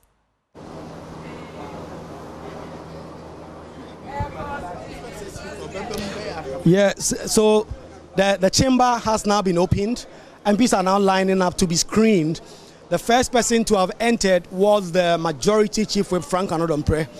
The NPC MPs are also lining up to enter. They are in their numbers, and they are clearly aiming to go in there and go and sit at the majority side. We have not been allowed access, so a number of MPs have already entered, so we have no idea which MP took which seat or where, because journalists, the entrance to our gallery is still locked, and the leaders are making their way. You still see in the NDC leader, Dr. Kassie Latoforsen, all of them having to surrender their phones at some point so that they can go in through the screening, and then they can pick their phones back and then head in there. Dr. Kassie Latoforsen walking in. A number of them, you see Imano Kwesibedra is the next to have entered. Bid Zidin is entering now. He is also going into the chamber. Samuel Atamils is next in line. A number of all these other persons in the queue are NDC MPs. Only 4 NPP MPs were here, and they've already entered as we speak. And so it will be interesting to see who has taken which seats. And because Frank Anodampreh was the first to go in there, you would expect that he will go straight to his seat as the chief whip on the majority side, and he's already gone in there. But more NDC MPs following. Expectation is that they will perhaps take the other seats in the majority side and then perhaps leave the Frank Anodampreh sitting amongst them. Whatever happens, when we go in there, we'll be able to see for ourselves what exactly is going in there. So the last of the members of parliament who are currently around are entering. You see there Honorable Sukparu, who is just entering.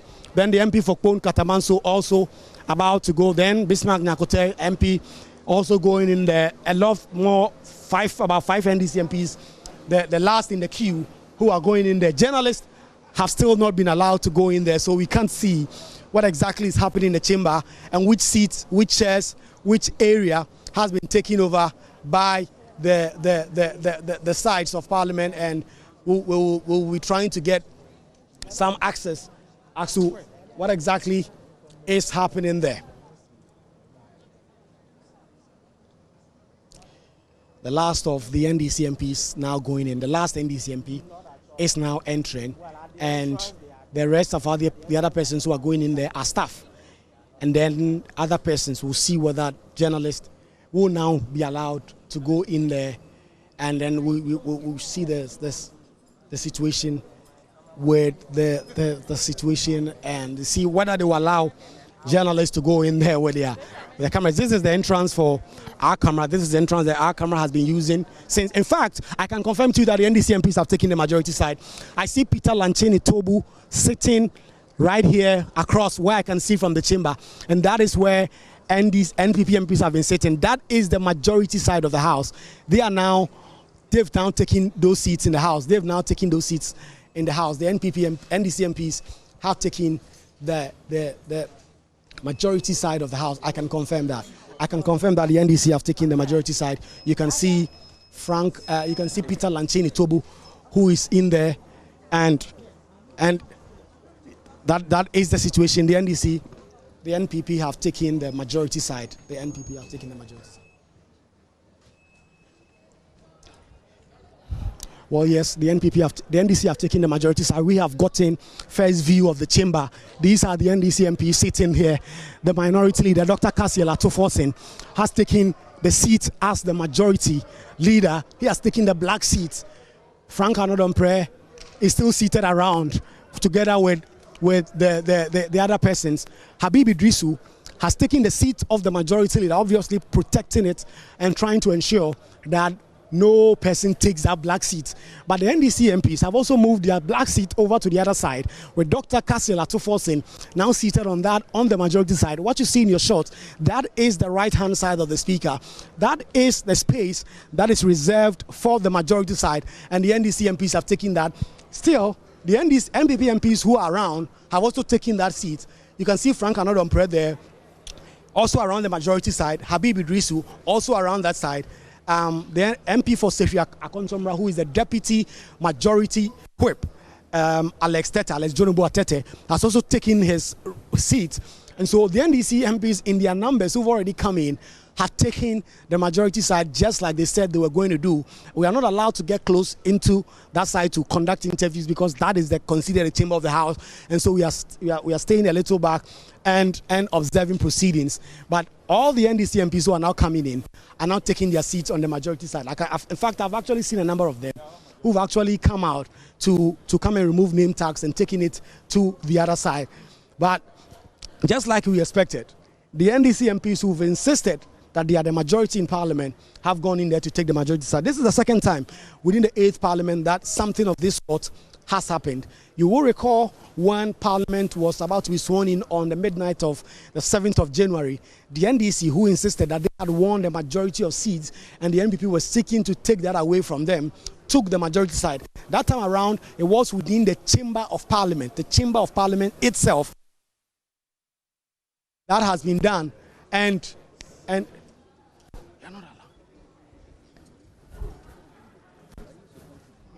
so a number of these NPP MPs already coming in. We'll see what happens. If the camera can pan the shot to Dr. Kasiel Atoforsen and his colleague leaders, you will see them seated at the majority side of the House, only that they have an accompanying person who is an MPP MP in the person of Alex Jonubu Atete. So really, we are set for really spicy scenes today from Parliament. If this is to go ahead, we would expect the Speaker of Parliament clearly will be the one in the eye of the storm to be able to try and resolve this. Because if he comes in and declares that, listen, because I have been served by this action that was taken by the Supreme Court, staying the ruling declaring 4 seats vacant, that will mean naturally that the NDC MPs would have to obey him and come here. You heard from Mahama Yariga when he spoke in the course of the week and said that the expectation is that you heard from them who expected that their course of expectation will be that if the Speaker of Parliament communicates with them, they will listen. But any other matter for that, for any other person speaking to them, they won't listen.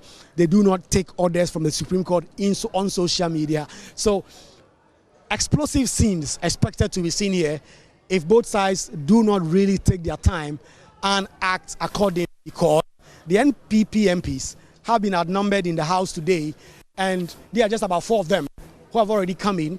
They've also taken their seats around them at the majority side, but more than 30 NDC MPs who have already come in here have taken the majority side, and they are the ones dominating those pews in Parliament. Dr. Keselato Forson himself, the minority leader, he's moved his black chair, and the black chairs are the only black chairs within the chamber that are taken by either leaders on both sides, the minority or the majority leader. They sit on the black chairs.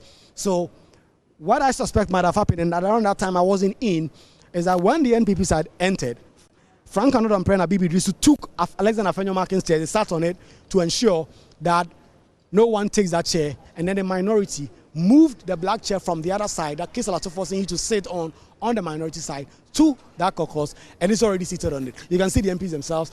It is not that once they entered, they are not fighting. They are smiling at each other. In fact, some of them are recording the scenes. They are videoing what exactly is happening. And so that is something to be excited about, because given what we expected to be, MPs have already come in and there's no conflict. They are just in here. There's a lot of camaraderie. They are talking to each other. I will try and speak to Honorable Kame Gakwe, the Member of Parliament for Keta, very shortly as to what kind of communication they've been getting, what exactly the situation is going to be. Are they going to sit there throughout the day, and should the Speaker of Parliament come and ask them to vacate, will they vacate those seats? So Benjamin Akakpo, this is something we expected, and this is exactly what is happening. There are no MPs currently sitting on the minority side, because none of them admits that they are the minority. So if you look at the minority pews, all of them empty. Everybody now seated at the majority side of the House. About 4 or 5 NPP MPs who are in. Initially, there were 4 of them, and then I've seen Professor Nyako, the MP for Kwadas, who has also joined, and so that's 5 NPP MPs who have also sat in the majority pews. But the vast side of that majority side is now being occupied by NDC MPs. James Klucha Aveji seated, and all these NDC MPs already taking their seats in the majority pews, and they say this is where they belong. They are not going to give it out. They are not going to listen to anybody who tells them to go to another side, because they are the majority in Parliament, given the conduct or the declaration made by the Speaker of Parliament. That is despite the orders that have also been made by the Supreme Court, stay in the hands of the Speaker of Parliament from implementing or purporting to have declared those 4 seats vacant. Honorable Gakwe, if I can get to you just a minute, because we are live on air. We are live on air. Just take this. So, Honorable, you've taken the majority seats. The Supreme Court had ruled to stay proceedings. So why have you taken the majority? You are not majority. The Chief Justice should come. He should come to the. He should come to Parliament House. He should come to Parliament House and come and enforce his ruling, because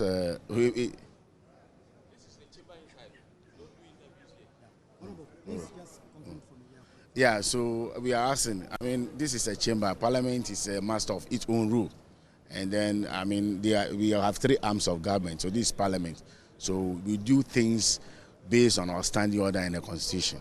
So, I mean, the Speaker have rule, and then we are complying with that. The injunction doesn't affect we, the former minority. We are now majority. So I mean, the Marshal Department are asking us to leave here for now, so we'll keep giving you the scenes from within the precincts of Parliament, that you can see the NDC MPs. They've taken the majority side of the House, and they say they are going to keep up sitting there and ensuring that that is exactly where they belong. And so we have been asked out of the chamber. Our cameraman has gotten a very privileged position to give you all the great shots from within Parliament as NDC MPs have now taken their seats on the majority side, and that is what is going to pertain at least up until the Speaker of Parliament takes his seat and perhaps make some consequential orders as to whether or not they can continue to take this seat that they've claimed is theirs.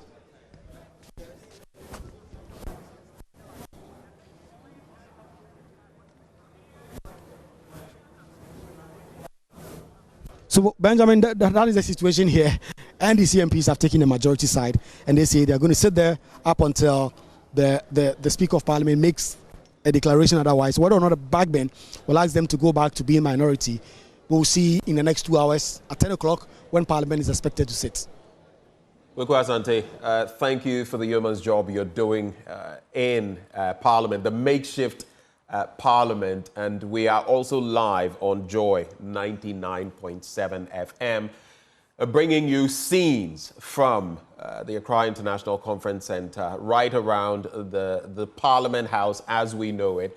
And if you just tuned in that makeshift parliamentary chamber, you have both members from the NDC and the MPP. First, there was Frank Anodompre, who took the seat, the black seat, that the majority leader would sit on.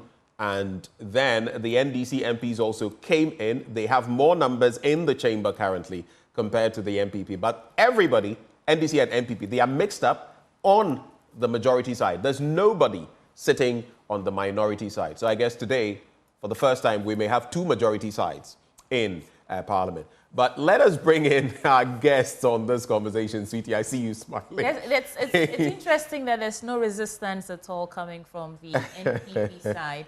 And I think it makes reasonable sense because they're fewer in numbers compared to the NDC. But let's bring our guests on and see what they have to say about all this. Well, we have Dr. Kwame Asah-Asante. He is a political scientist. He is also head of the center, director of the Center for European Studies at the University of Ghana.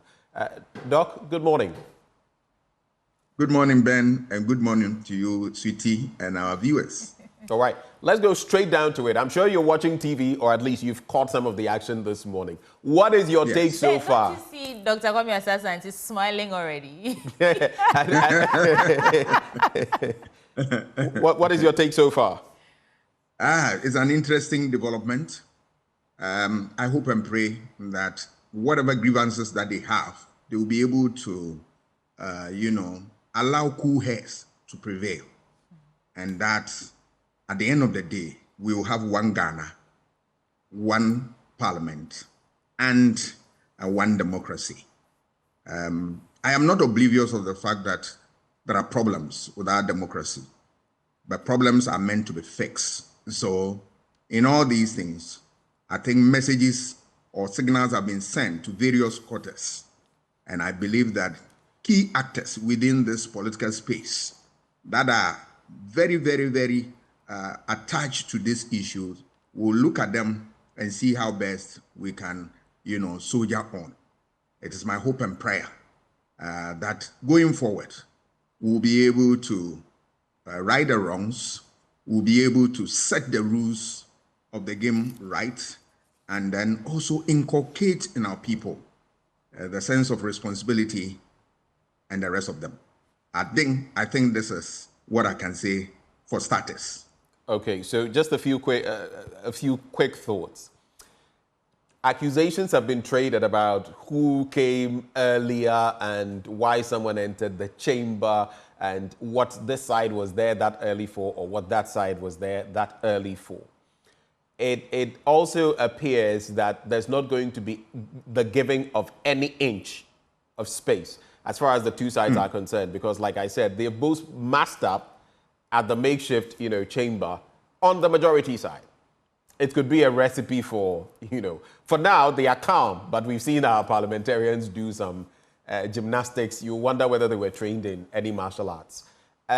There's also the bit about supporters of the MPP, clad in party colors, showing up in the same vicinity, in buses, in droves, hundreds of them. What would be your reaction to these developments? Yeah, that is what I also am worried about. Let's take, for instance, in Parliament, I can see what I know to be the minority seats being abandoned. All right. So it tells you that the statement we had from the NDC that they will occupy the majority seats has come to pass.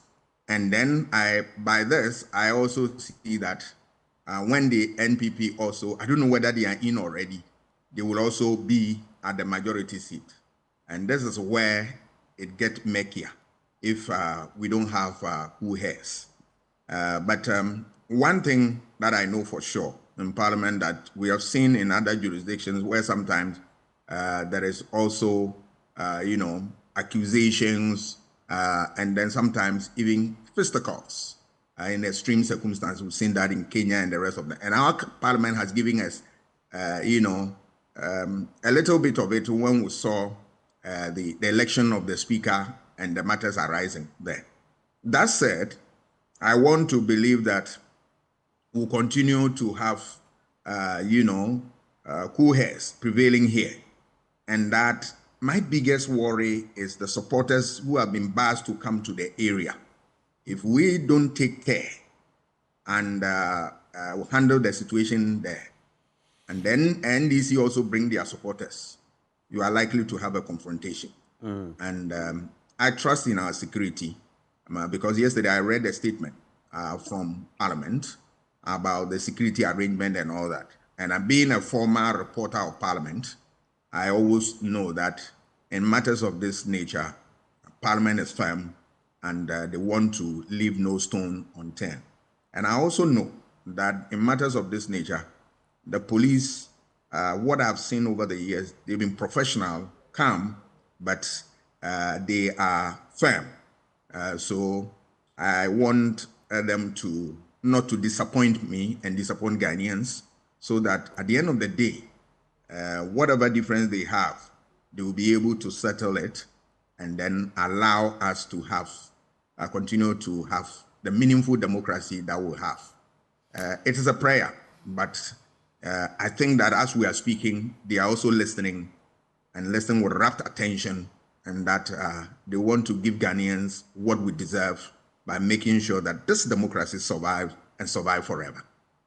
Doc, we'll go to Mr. George Amoh in a bit, but I want to find out from you, are the NDC MPs doing anything wrong by occupying the seats that are reserved for the majority in Parliament? Are they doing anything wrong right now? What a question. That's $1 million question. Because that is the bone of the contention. The Supreme Court has ruled on this matter, saying that hold it, and then we will decide. When I say we, know me, the Supreme Court, on the matter. But in the interim, stay your action. The NDC saying that has not been communicated to them and to Parliament. But this morning I heard that every communication has been given to Parliament, and that is what is the situation now. If I listen to a bit from Mr. Ayariga, who said that yes, they take instructions directly from the Speaker, who is the leader of the House, and that as far as they are concerned, they have never been informed by the Speaker about any change. So the status quo, as the ruling of the Speaker, is what is going to stand, and that is where the beef is. We want to give ourselves time and see as the Speaker comes in and what the situation will be. Who knows? The Speaker is going to make a statement that will, uphold the decision of the Supreme Court, or we are going to see something different. I think it's a matter of time. We need to wait and see what happens. Thank you But so I much, have, as I've always said, it's my hope and prayer that in all these things we remember that we are fighting for nothing but for democracy. And if it's for democracy, then we know the basis of every democratic rule is the people. All right, demos. All right, Doc. The people, the people's rule. Thank you. Let's bring in Mr. George Amoh. He's the Executive Secretary for the National Peace Council into the conversation. Many thanks for your time, sir, on the AM show. Now, there's been a number of elements that don't augur well for this make or break parliamentary seating this morning. We have reports of people who've been bussed to the premises near where Parliament is currently sitting in party colours. Allegations of people or the security allowing NPP parliamentarians to enter the chamber earlier this morning, even though security was not supposed to do that, and so many other things coming out right now. How does all of this sit with you in this make or break, like we are describing it, parliamentary seating that is happening right now as we speak? All right. Good morning. Look, good morning. Good morning, Mr. Amoh. Yeah. Good morning. Good to see you. It's been a while. Good to see you, sir. Yes, sir. Yeah. I think that at some points in any democratic life of a country, I mean, tests like what we are seeing will come. It shouldn't be strange. However, I think this test has to be passed. And I am confident that the country would pass this test. So it is not unusual, though unwanted, but I think that after today, I'm sure Speaker will come and settle the matter once, and we can move on as a country. So I would also want us to look at this from the positive side. If we're able to overcome, we have put one block on what is existing. We are making our path clearer. So I am confident that we will choose the path of peace instead of the path of chaos. Mr. Amoh, what's inspiring this I'm hopeful that will happen. confidence? Mr. Amoh, what is inspiring this confidence that you have? What will it take? As we speak, both NDC MPs and NPP MPs have occupied the parts in Parliament reserved for majority. What would it take for us to steer this tide? This confidence for a peaceful outcome? We are having some conversation behind the scenes, as we normally do. I think the signals are positive, and that is what gives me hope. Please share some more details with us. What's exactly is happening? You see, when you engage somebody and the words are in consonance with the body language, I mean, then you can have a signal. And from the conversations we have had, indeed, with some key actors in leadership of Parliament, I think reason would prevail over the ego. So let us give ourselves some time. I'm sure when the Speaker sits in the chair this morning, things will be restored, and we will have our Parliament that we have known it to be, a peaceful one. So that's what I would say. You've engaged some leadership or members of the leadership of Parliament? Yes, we have. Okay. And we are still doing that. Thank you. Benjamin. Before I spoke with you, I was in touch with some of them. Okay. Thank you. So the National Peace Council says they are engaging leadership of Parliament. So hopefully the day will end without chaos. Benjamin will bring in our next guest. But before I get to Dr. Rashid Rahman, it's good to have you. But Mr. Amoh, just quick thoughts. You say you're hoping that ego will be set aside and that reason, what is reasonable, will take place. From where you sit, what will be reasonable?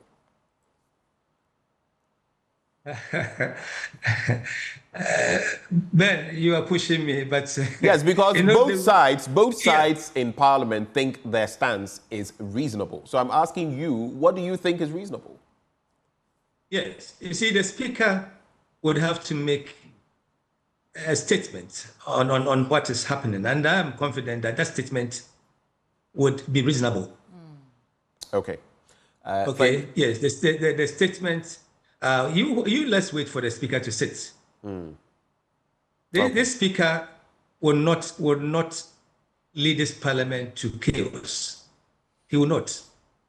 And I'm very confident, having engaged him, that he would lift the state above any other thing. And that is what gives me hope. I'm very confident about this. Okay. Let me also bring in Dr. Rashid Draman of the Africa Center for Parliamentary Affairs. Dr. Draman, we've had a number of conversations on the back of these developments, majority, minority. Today, we seem to have two majorities in the makeshift chamber because all of them are sitting on the majority side. But from what you've observed so far, I don't know whether you've seen the scenes, MPs massing up very early, deciding to both get on the majority side, and NPP members, supposedly from Nsawam Edwajiri, the chief whip's constituency, also there in their hundreds in party colors and wielding party paraphernalia. What do you make of all this? Hello, Dr. Draman, if you can hear me.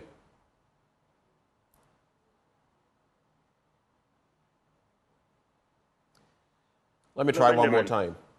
Hello, Benjamin. Yes, I can hear you. Yes. Sorry I couldn't join by Zoom because I'm a little bit on the road. Right. And I haven't seen, you know, the visuals that you are referring to. Right. But I have heard, I mean, as early as this morning, you know, what was going on in the chamber. Before you proceed, Dr. Draman, I hope Yes. at least, since you say you are in a vehicle, have you parked just for your safety? Are you stationary Yes. before you have this? Yes. No, I'm just saying that I'm not in the jurisdiction, so Okay, it's fine. all I right. can speak. All I right, can speak. go ahead. Yes, I can speak. So I'm just saying that, you know, as early as 6 a.m., the situation did not give me a lot of confidence in terms of what the final outcome is going to be. Because when I heard the news that the Marshal of Parliament issued a directive saying the gates of the House will be open at 8 a.m., yet we had somebody seated in there around 6 o'clock. I don't know whether he was a magician or how he got into the House. I realized that the signs were not good.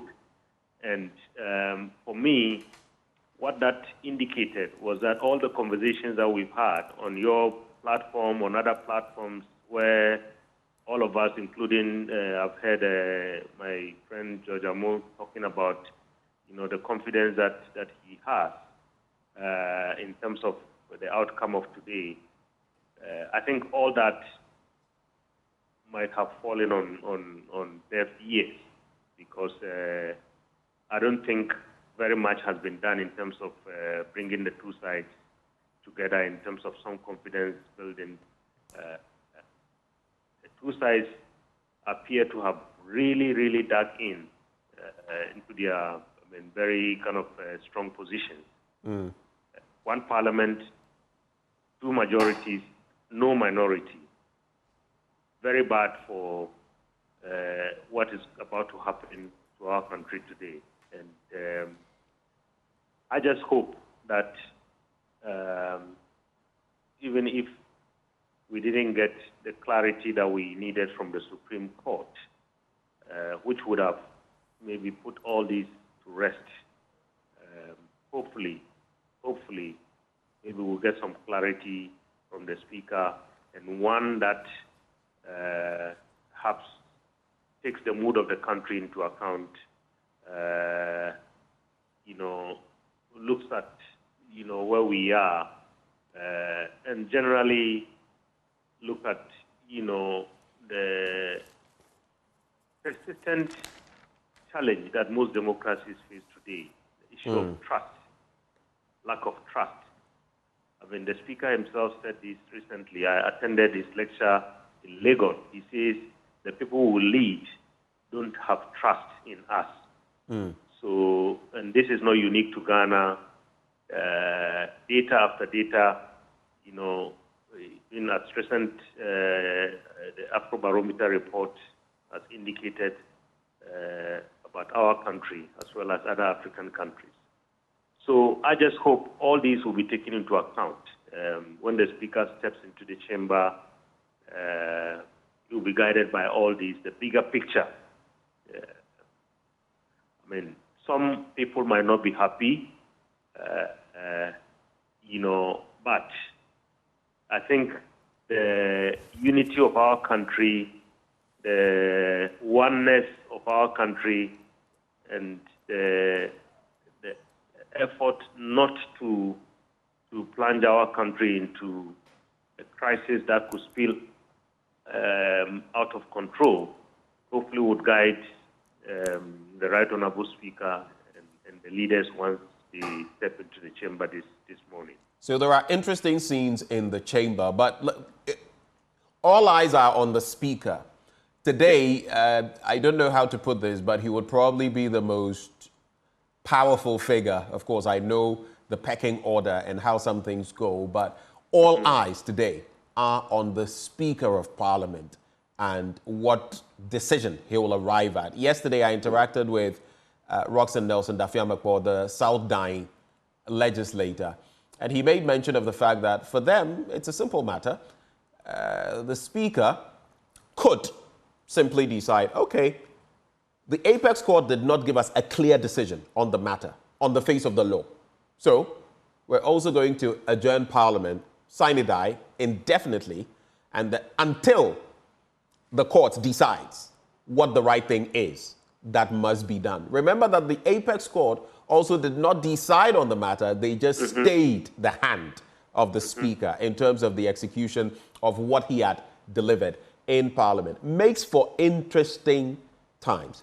What would be your expectations of the Speaker of Parliament, taking into consideration that this could become a contemptuous tit-for-tat situation? What would be your take? Yes. So, I mean, the Speaker could be a hero this morning, depending on what he does. And a lot of my friends who are, not too much involved in the processes of democracy and so on, have called me to say, why doesn't the Speaker just adjourn Parliament until just exactly what you are saying, referring to the member for South Dai. But I told them, look, at the last sitting, Parliament was not adjourned.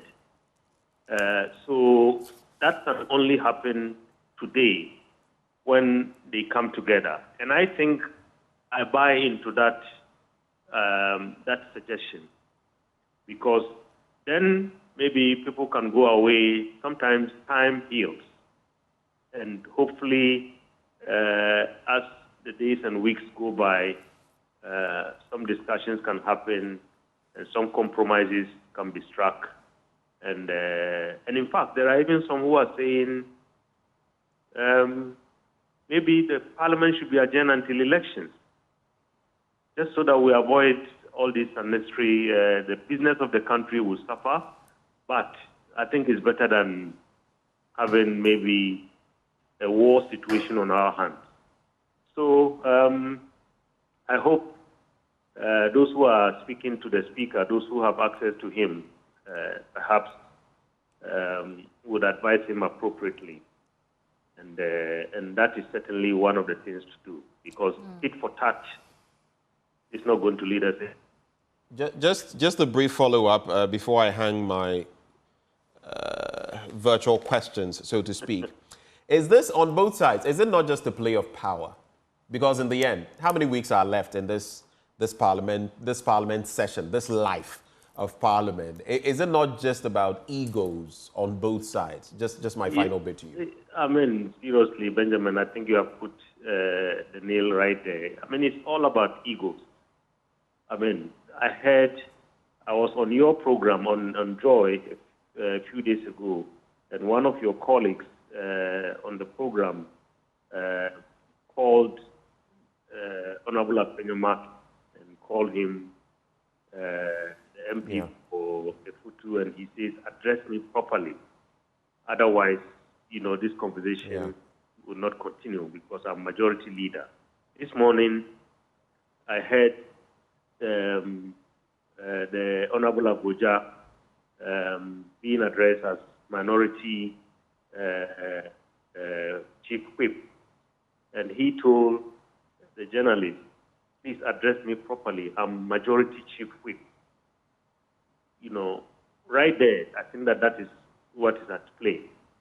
And beyond that, Benjamin, I think it's also about the issue of legacy. Maybe, every group trying to project itself. We have heard the NDC say that we are going to repeal this, we are going to repeal that. The MPP would say we are going to guard this jealousy. This is our record, this is our legacy. So these are the issues that are at play. But to be honest with you, beyond all this is also what a lot of lay people are saying. Some people are calling us and saying that, look, we know in the dying days of Parliament, that is when a lot of kind of obnoxious things are done. So maybe the situation we have on our hands, if for instance, minorities have changed, then perhaps that could serve as a check. And now I'm talking about the interests of our country. Right. So, people are raising all these issues. So these are all at play in terms of, there's very few weeks left, but a lot could happen within these few weeks. Dr. Rahman, right before you go, right before we let you go, I've heard you say that you hope that those who are in the ear of the speaker sort of nudge him in the right direction. And we are standing on the brink of a precipice where one wrong move or one wrong decision could lead us to disaster. In this case, what would be the right move? Well, I think the right move, honestly,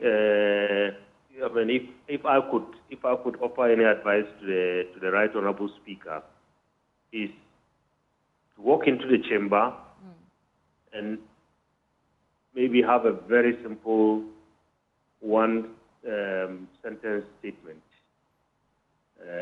like the honourable member for South Dai has said. We don't have clarity. Our country is on the brink. Our democracy is being tested.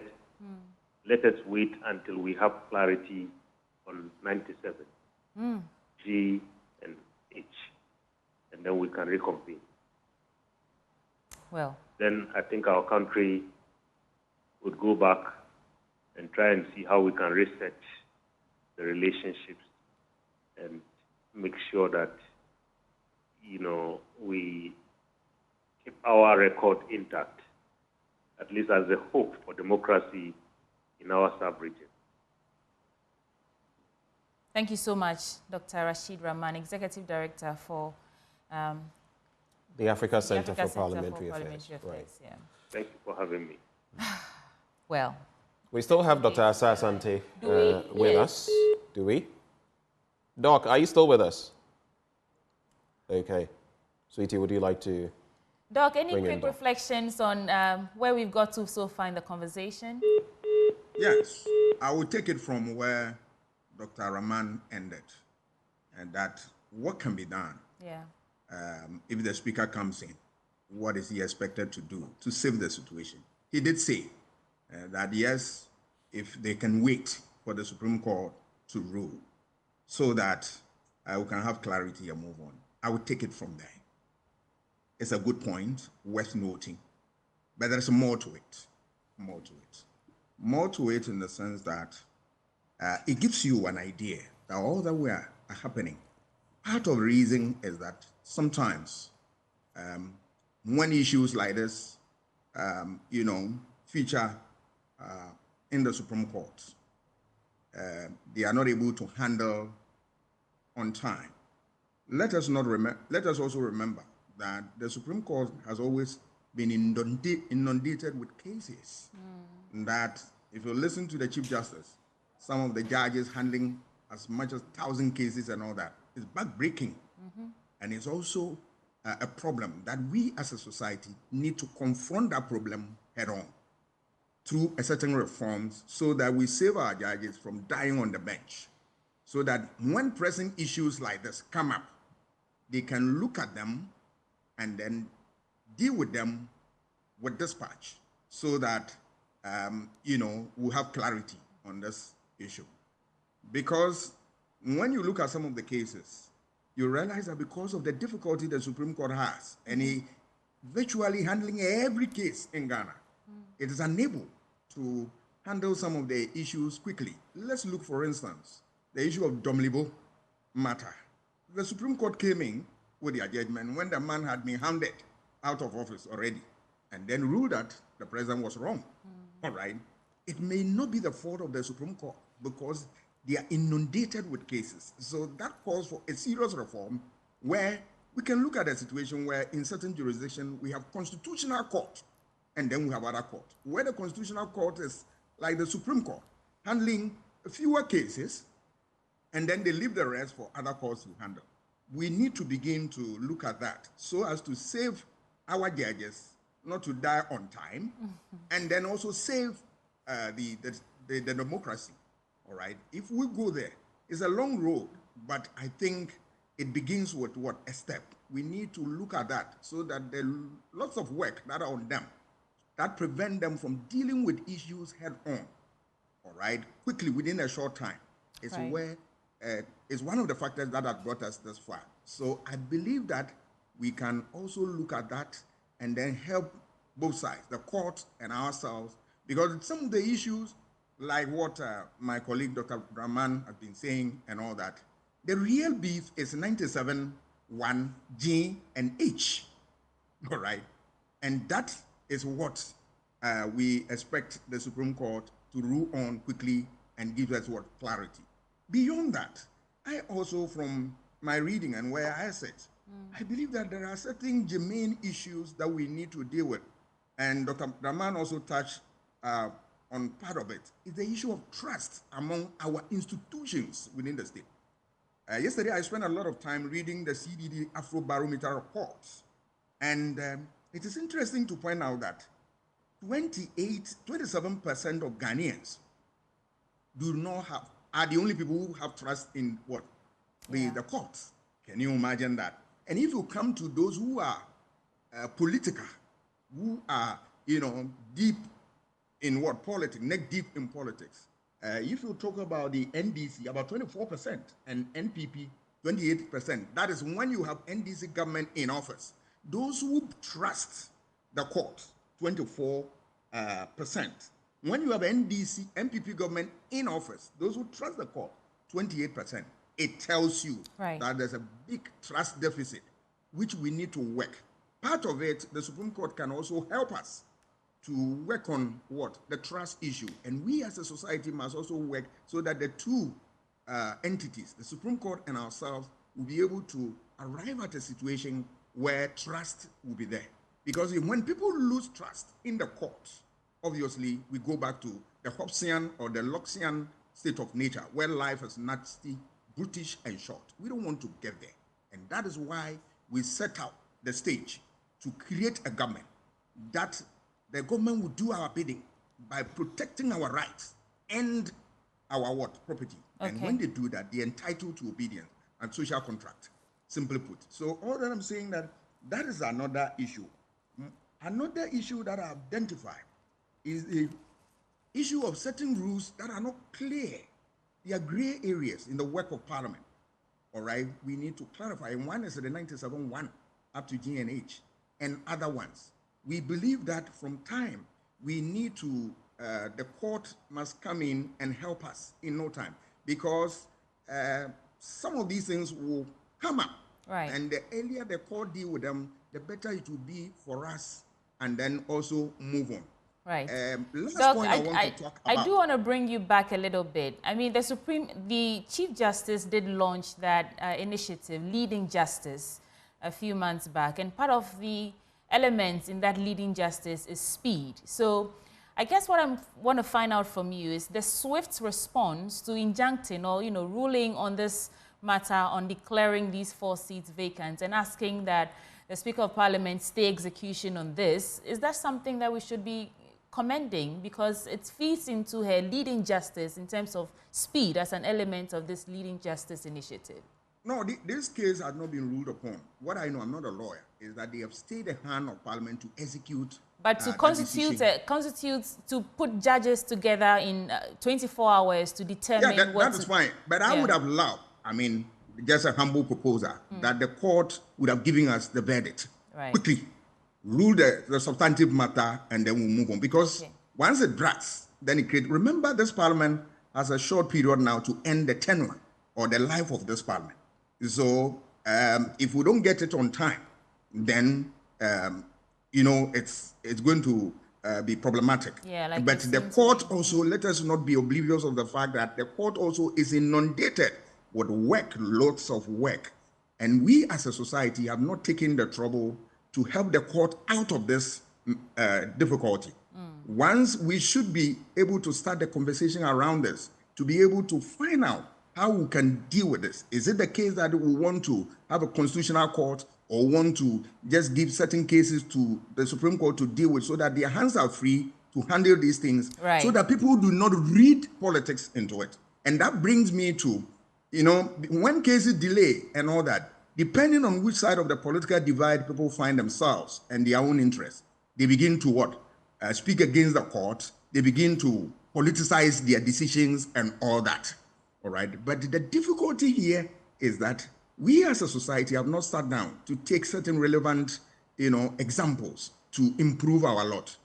This issue came up, I started reading, and the issue of the political the political question doctrine comes in, where they develop that type of jurisprudence that help the court to stay its hands out of areas that is political in nature, that can also undermine the work of the court. I think we as a society, we must begin to gravitate towards this end, to build that thing so that we save this court that we don't have any apart from this. We save it for it to do its work. It is important. If we look at the issue, the real issues are those gray areas that we have 97.1. That is all. So when we have these things dealt with by the court in no time and all that, you realize that all these things will be, and any other areas that are also gray areas, as soon as they go and then the court is free, the court is able to do that. Once we do that, we will limit the incidence of the attack that people give to the court, and then people to also give to political actors relative to any issue that is before court. And at the end of the day, I believe that when we're able to do all these things, we should breathe a sigh of relief and then strengthen the frontiers of our democracy. Okay. Thank you so much, Dr. Kwame Asah-Asante. And if we still have Mr. Amoh on, I want to find out from him what their approach is to deal with these people who've been bussed to the premises of Parliament, as we speak. Do we still have Mr. George Amoh with us? Yes, I'm here, but Has that come to your attention yet? Do you hear me? Yes, I can hear you. Go ahead. Yes. So I think Dr. Asah-Asare has also made some significant points. I think we have to revisit the issue of the constitutional reforms. I think we have to go back to that place. The issue of trust and other related issues. I think if we're able to revisit and try to bring some closure on our constitutional, our commencement of reforming. I think we should go back to it and get it right once and for all. But the question you posed, you see, I would want to urge our political leaders. Whatever they do today would live long after their tenure in office. So we should be very, very careful I saw some, until you said it, I didn't know that they were busing people to get closer to the Parliament House. Because I saw both NDC and MPP on my way back here in the office. Some vehicles, conveying some people. I think we have to stop these things. Yeah. They are not going to help us in any way. We should allow the institutions of states, to play their roles. And if you keep intimidating them like we want to do, we are not going to get the trust that we all desire from them. So that is what I want to say. And also to inform Joy and the entire country, we've had very useful conversations with some of the leaders in Parliament, including the Speaker of Parliament himself. And that is why some of us derive the confidence that we are going to have, peace at the chamber today. So let us keep, propping our leaders. They are all that we have. Let us keep, criticizing them, but also to give them the assurances that we are with them. You see, when we do that, we help our leaders to give us the kind of governance we all desire. So let us get encouraged.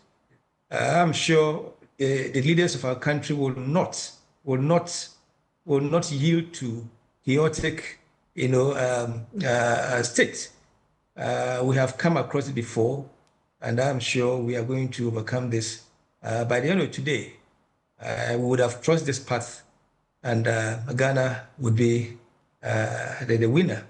So let us do that, and I will encourage you, our friends in the media, let us shape conversations towards a resilient country. Mr. Amoh, I must say that your confidence is sort of inspiring, that you are very confident that at the end of today, Ghana will remain peaceful, Ghana will win without any chaos that might be stemming as we speak in Parliament. Thank you so much for joining the conversation. And unless Ben has any more reflections, we would have to... Ben, what do you think the political question is? It's stuck in my head. Do we still have Dr. Kwame Asasanti? And I want to ask you. I'm around. Doug, do we have a political question here? What is it? The political question doctrine. I'm not a lawyer, but I have learned from the lawyers, is that there are issues that are political in nature. And that if you allow Parliament to come in, or you allow the Supreme Court to come in, the Supreme Court will end up tainting itself. It will get itself entangled in such a problem. Americans witnessed this over the years. They developed this as part of their jurisprudence so that they stay the hands of the Supreme Court from political issues of political nature, so that the court will be free to administer when there are real constitutional interpretation issue or real legal issue. But if they are of political nature, they stay away. This plot that we are seeing right now in Parliament and the Supreme Court's interference, should I say, in parliamentary business, is there a political question to ask? No, the issue is that when you look at it, you realize that now, from the little that I know, I'm not a lawyer, but you realize that standing orders, then certain rules of Parliament, and in addition, the Constitution and any other relevant rules, that is what Parliament work with. And these things are in line with the Constitution. So when they clash, when Parliament clash with the Supreme Court, then you realize that there is a problem somewhere. And the problem will be a certain clarity that you need on certain things so that the Parliament as institution will chart that path and all that. This is where we as a society, we have left a number of them unattended to. We have not dealt with that. So once we look at that, lawyers are the lawyers I know in this country, very great guys who can sit down and then delineate all these areas and then help us so that the court will not move in there. The court, remember the court had ruled some years ago that Parliament is a master of its own rules and all that. So I'm sure it is based on this type of understanding, all right, and that they develop that. I believe that they can take the conversation a notch further by developing that political doctrine concept, so that any area that will affect the work of Parliament, of the court, the court will not go in. And then they allow the legislature to work. And the legislature will also know its bounds, and then will able to know how it will navigate its way. I can see from where I said that is the difficulty that we have. And a part of it is that we are not able to, test the law on that, and we are not able to get judgment on that in the shortest possible time. And we as a society have not been able to deal with the cases that confront the court, that they are inundated with cases and all that. Another thing that we have to look at is that when we are able to get this basis right, issue of compliance will become easy to administer and all that. And if you look at it, issue of compliance is the problem that also lingers in here. All right. And so gradually, it's my hope and prayer that we'll get there. And then Parliament will also take another step.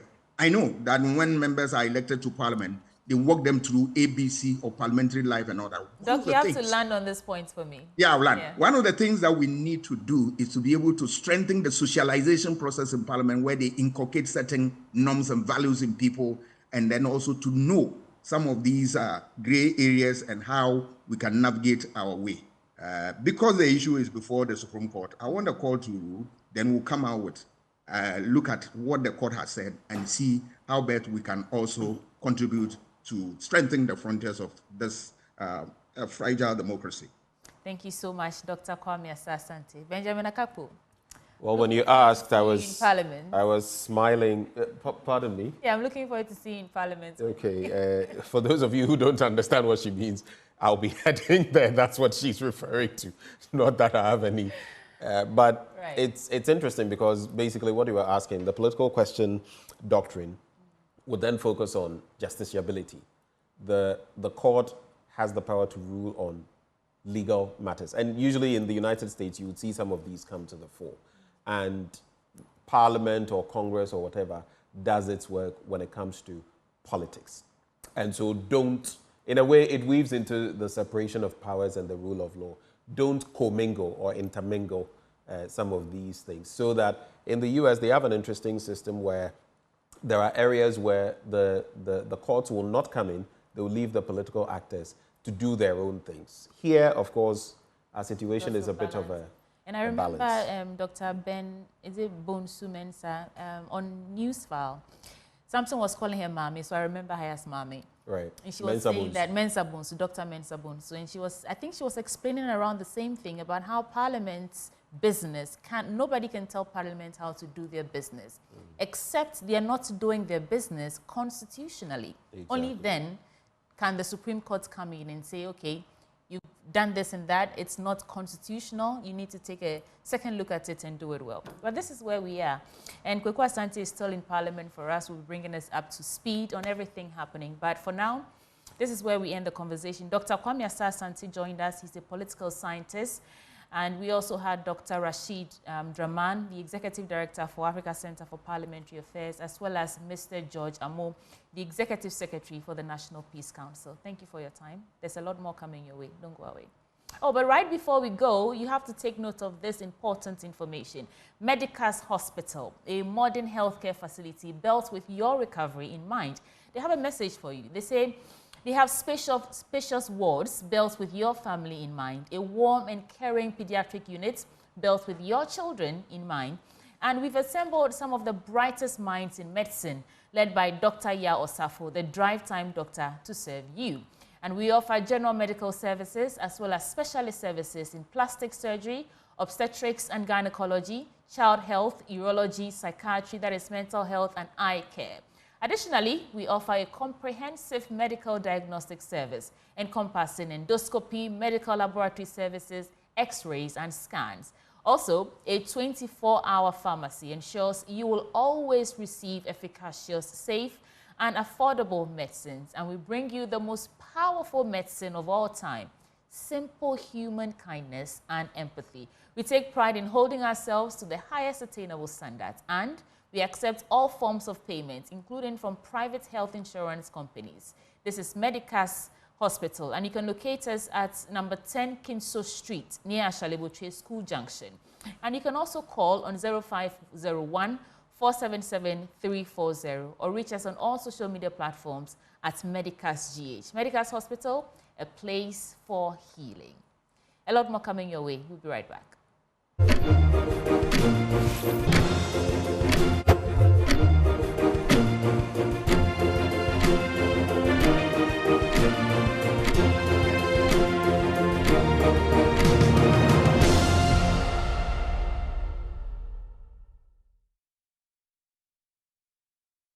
Welcome back. You're still watching the AM show. Now let's continue our engagement with political actors and analysts on this make or break parliamentary seating that's happening today. On phone with us this morning is the Member of Parliament for Boku Central, Mahama Ayariga. And thank you so much for joining us, sir. I know you're speaking to us live from the chamber, the makeshift chamber. Now you've been waxing lyrical in terms of the development. You said that you don't take your orders from the Supreme Court and you only listen to what the Speaker will say. And you also said that we shall see on Tuesday. Today is Tuesday. And we know that in Parliament right now, all members of Parliament who are currently there are sitting on the majority side. What do you make of all this happening right now?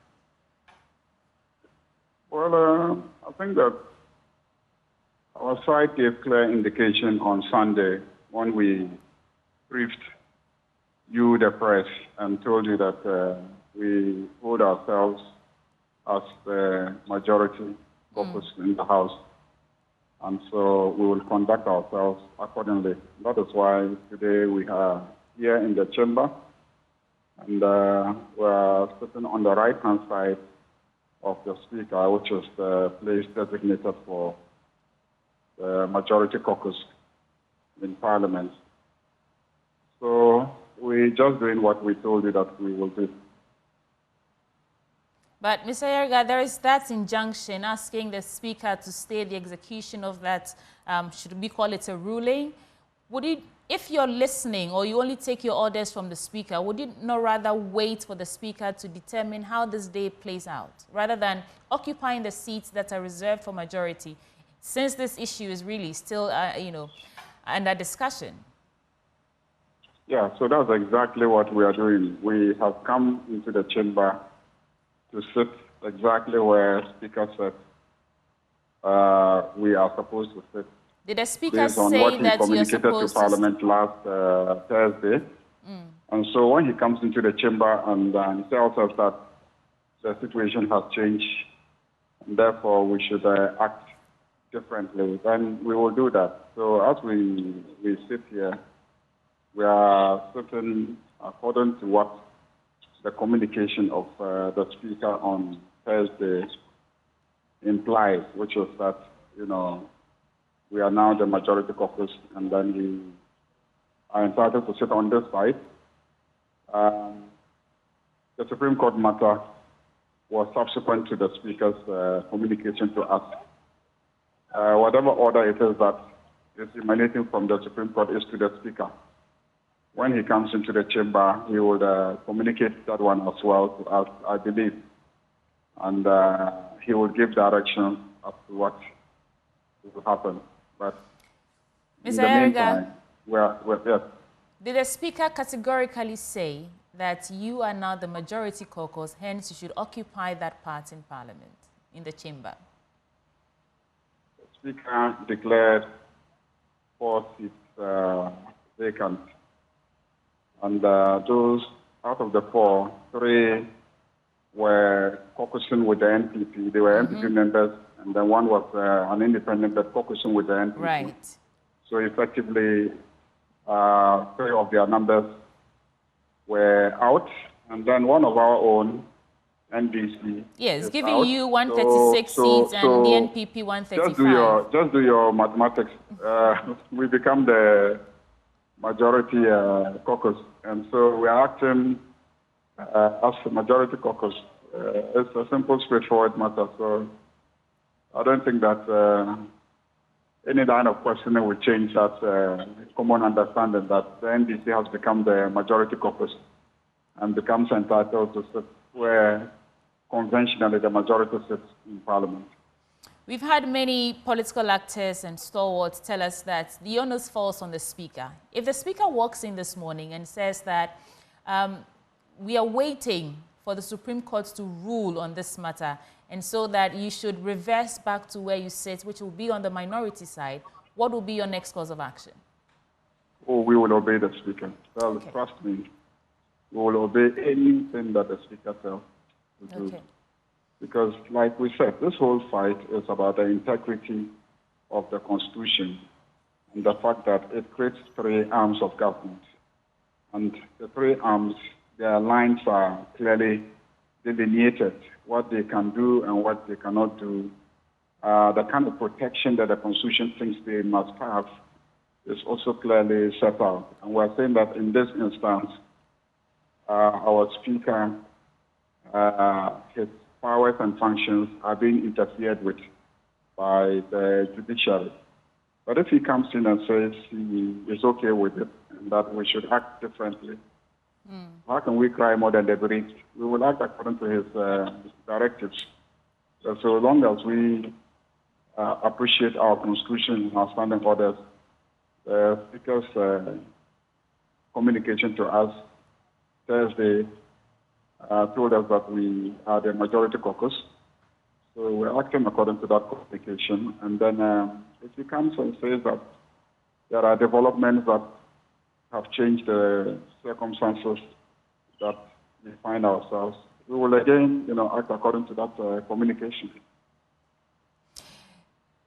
There's this word that we are all throwing around, a showdown that is looming in Parliament this morning. How can you assure us, citizens, and everybody else listening to you this morning, that your side, at least, will not be engaging in anything that could result in chaos? We've heard reports about people who've been bussed to the premises of Parliament, and they're even wearing party colors and party T-shirts. And so I don't know if this has come to your attention yet, but what assurances can you give us, at least from your side, that you have the interest of the Ghanaian people at heart, and at the end of today, Ghana will win without the chaos? Oh, yeah, there's nothing untoward that is going to happen in this chamber today, trust me. I've been in this house for more than a decade and a half, so I know this chamber very well. We, the MPs, are very collegial. We are here playing and chatting with each other, both NDC, NPP, except that we will make our point. We will not be violent, and I don't think any member of the NPP is going to be violent. And no member of the NDC here is going to be violent. We are sitting quietly and chatting with each other. They say they are the majority, we say we are the majority, and then we're all sitting on the majority side, sitting side by side with each other. If you watch, your camera can zoom in, they will see us sitting side by side with one another. We can see that. But we've also seen, Mr. Yariga, waiting for the Speaker to come. Right, but we've also seen incidents before in the same Parliament where an honourable member, a woman, sat on another person because he thought that was the... We've seen pockets of incidents, should I say, that's, seem like violence before. So the assurance you're giving us is that whatever the Speaker says, you would obey. But there will be no violence and no chaos in Parliament today. Nobody will go violent. If any woman wants to sit on the laps of a man, it will just create a little excitement, but it will not turn into violence. So I want to assure you that there will be no violence here. Thank you so much. So rest assured. The showdown is not a physical fisticuffs. The showdown is the assertion of the autonomy, independence, and powers of the coordinate arms of government. That's what the showdown is all about, if anybody has used the word showdown, not as in people physically assaulting one another. Okay. But, Mr. Yariga, there have been reports. We've seen people who've been bussed in NPP colors, and from the Chief Whip's, Majority Chief Whip's constituency in Sao Madouejiri, and they are there in the premises of Parliament right now. Has this come to your attention, and how do you respond to that? Are you also bringing your people there? What's the situation? No. No NDC member has bussed anybody. to the presence of Parliament. Yeah, I did see pass a writing on it that I'm not on premier or something of that sort. I think it's Coco Senior High School pass with people in MPP paraphernalia. I personally saw it. It's not that somebody said it, but I personally saw it. And last night somebody sent me a text message saying that the former chief whip, now minority chief whip, was passing through from their constituency. So when I saw it this morning, it just confirmed the message I received last night. But, you know, we are not prepared by that. Nothing's going to happen. I mean, I don't think another umbrella has the capacity to inflict violence on anybody in this chamber. He just doesn't have the capacity. So we are not in any way, moved by that. We're actually sitting there with him and chatting and laughing about it and asking him what he is doing with the past of parties soldiers here, and then we're all laughing. So trust me, nothing untoward will happen. We are just asserting our principled position that, what the judiciary did is an unwarranted interference with the powers and functions of the head of the legislature, that is the speaker, and we're taking none of that. And so it's not violence. If anybody is going to be violent, I'm sure that there will be enough capacity to contain that violence. Thank you so much, Mr. Ayariga. Mahama Ayariga is the Member of Parliament for Boku Central, coming to us live in Parliament, that makeshift chamber at AICC. Let's take a quick break. We'll return with more on the AM show. We'll be right back.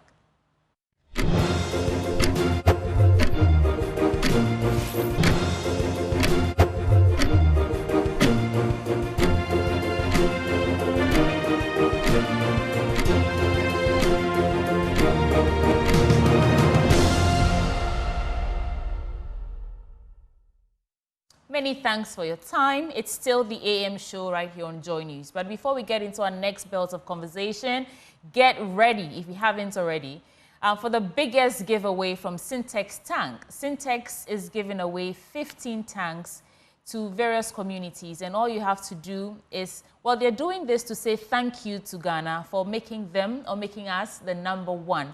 Syntex was the first to introduce double-layer tanks in Ghana.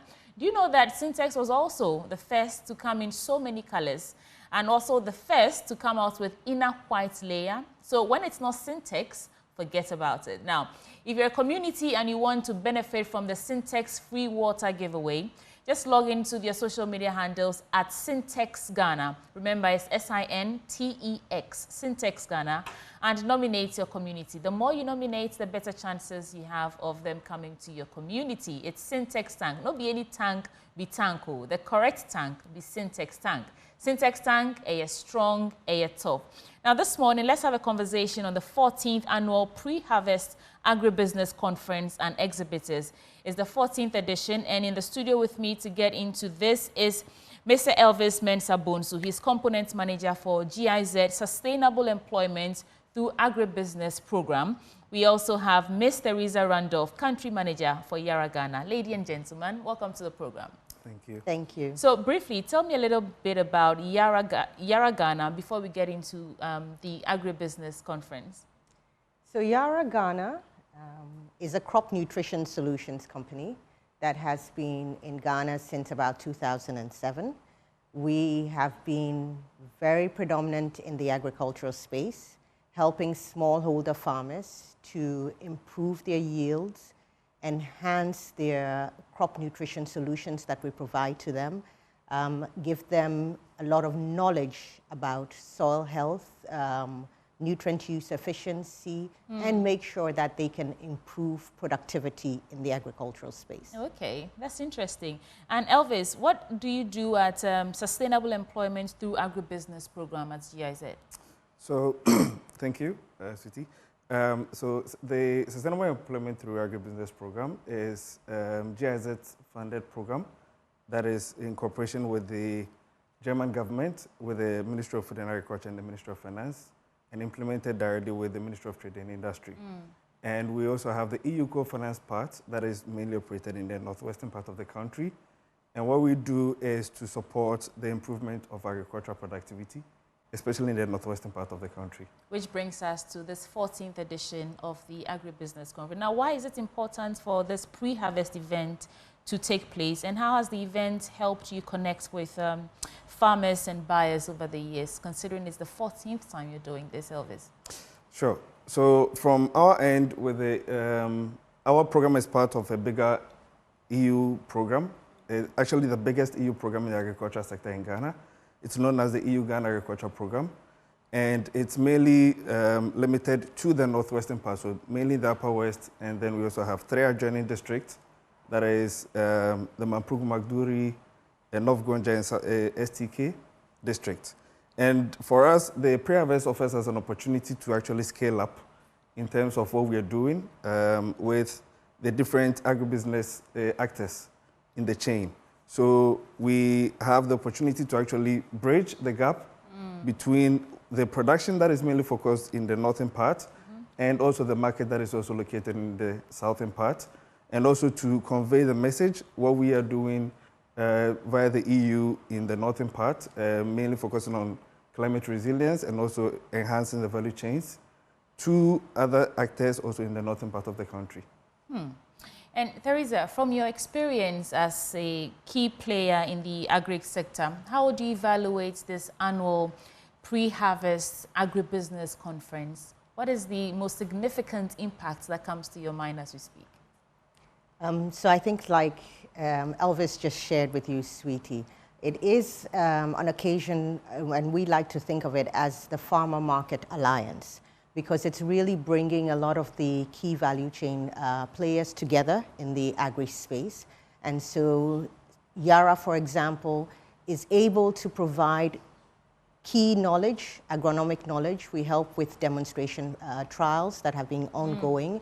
We're able to support farmers to better understand what is required to be able to increase their yield. And they have first-hand knowledge and can perhaps also explain some of the key challenges that they're facing. So it is an opportunity for us to be able to bridge the gap, be present, and understand what their challenges are day to day, but also with other players within the market space, as he rightly pointed out.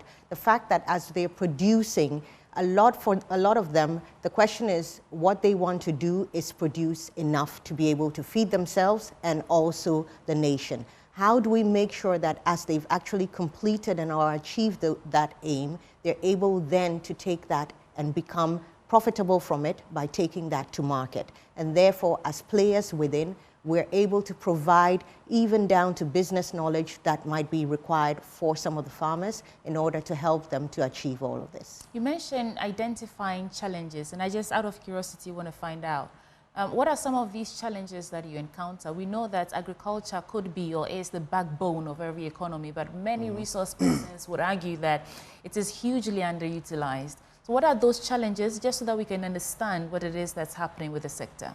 I think that's an excellent question, Sweetie, because as you rightly perhaps pointed out, it is an extremely challenging sector.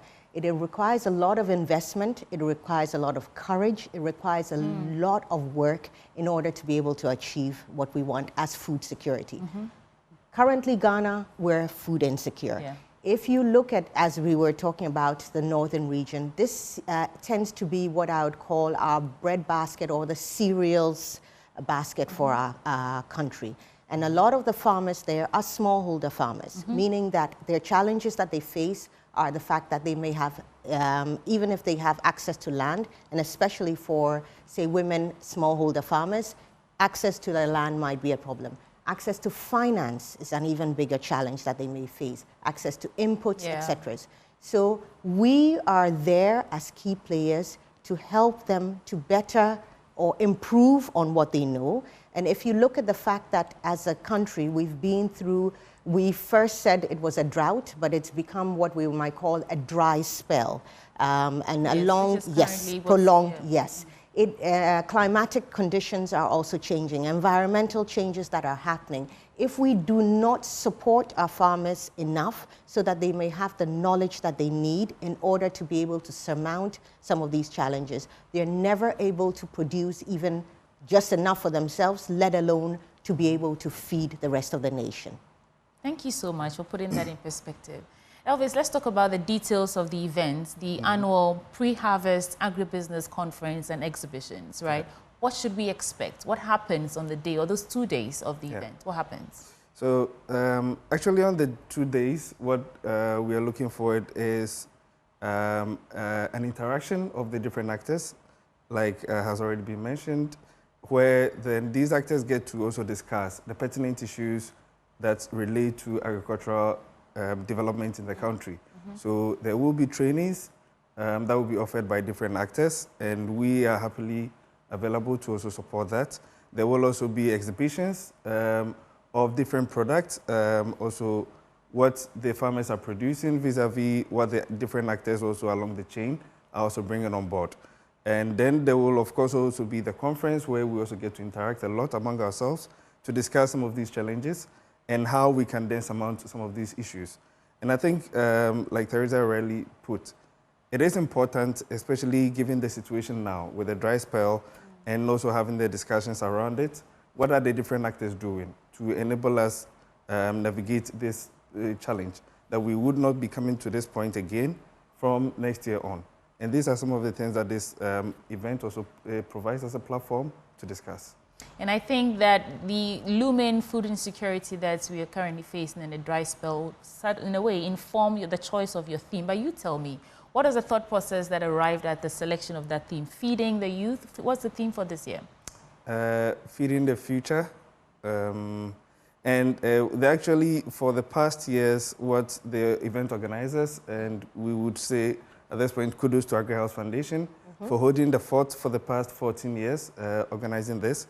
And that is why we also from our end, the EU Ghana Agriculture Program, and also with Yara and all the other actors are also happy to support. So it's feeding the future through innovative and technological approaches. I thought that was interesting. Yes, exactly. Yeah. And what the different actors would also be looking at is how we can bridge the different aspects from what we are doing. So for us at the EU Ghana Agriculture Program, with the capacity development strategies coupled with how we are also bridging the gap from the farm to the fork.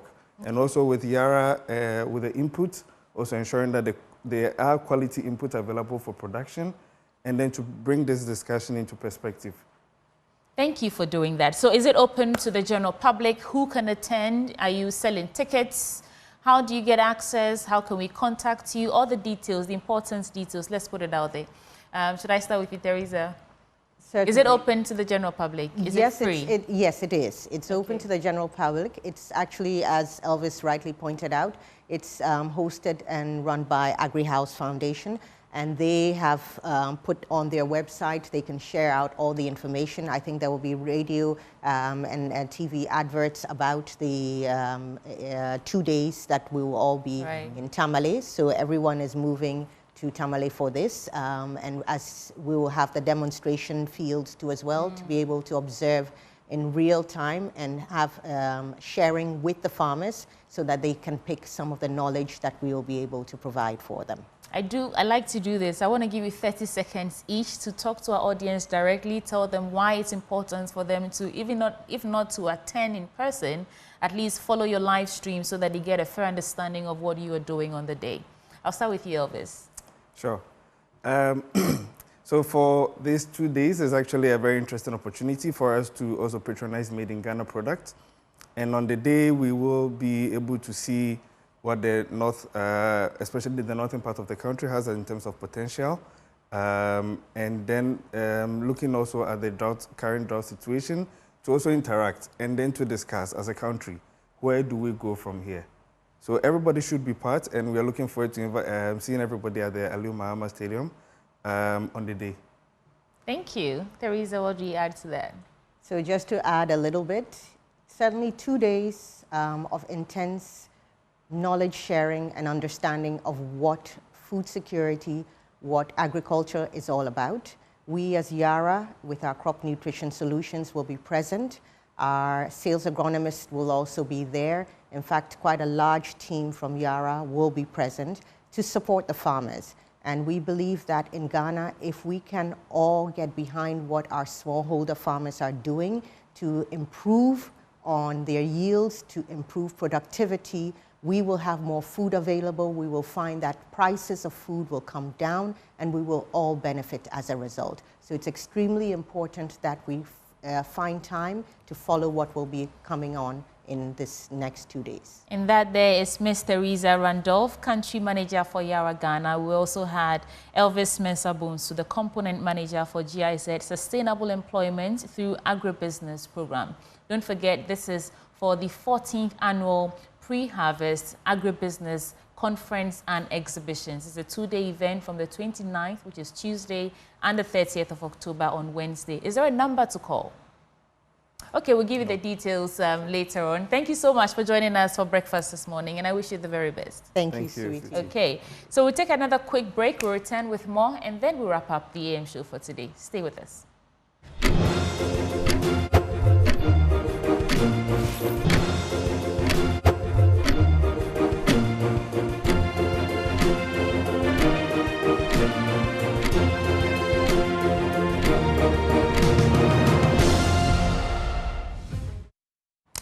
Is it back? Yes, it absolutely is. After a 4-year hiatus, the Joy Sports Invitational Tournament is back. It's the much anticipated return, and it's ready to ignite the passion of corporate sports enthusiasts all across Ghana. Now, from dazzling display of corporate colors to the electrifying energy of non-stop cheering to the CEO's penalty shootout, most people's favorite, that's the CEO's penalty shootout. Women's competition, football, penalty shootout, so many sports and games and activities, basketball shooting, mixed volleyball, women's 50 meters dash, there's lime and spoon, sack relay, Scrabble, arm wrestling, and many more. You want to mark your calendars. It's Saturday, the 26th of October 2024 at the University of Ghana Stadium, Legon, and the place will be transformed into a vibrant arena of competition and corporate pride. To register, simply call 054-010-6466. The Joy Sports Invitational Tournament is brought to you by Joy Sports. Joy Sports, play for peace. And right before we go, a hearty happy birthday going out to Dr. Vincent Akolo. And he's actually a honoree for the 2nd edition of the Philanthropic Awards and Charity Night happening on the 2nd of November 2024 at the Tank Palace Hotel, Roman Ridge, starting at 5:30 p.m. Happy birthday, sir. This is coming from my producer, Kingsley, to you. We wish you the very best in life. Now, remember, we are still monitoring that feed live in Parliament. That's Scrabble for the majority side of Parliament, whether it's the NDC or the NPP, who is the majority. And it appears the onus falls on the Speaker to bring clarity to this confusion. So as and when the action actually starts, we will bring you all the details live here on Joy News, so don't change your dial. My name is Sweetie Abochi, and many thanks for your time. Of course, I do this with Benjamin Akakpo, and we are back on your screens tomorrow, every day of the week, 6 a.m. to 10 a.m. sharp. But stay, because there's still a lot happening on the Joy News channel, especially in relation to Parliament's business. Bye for now.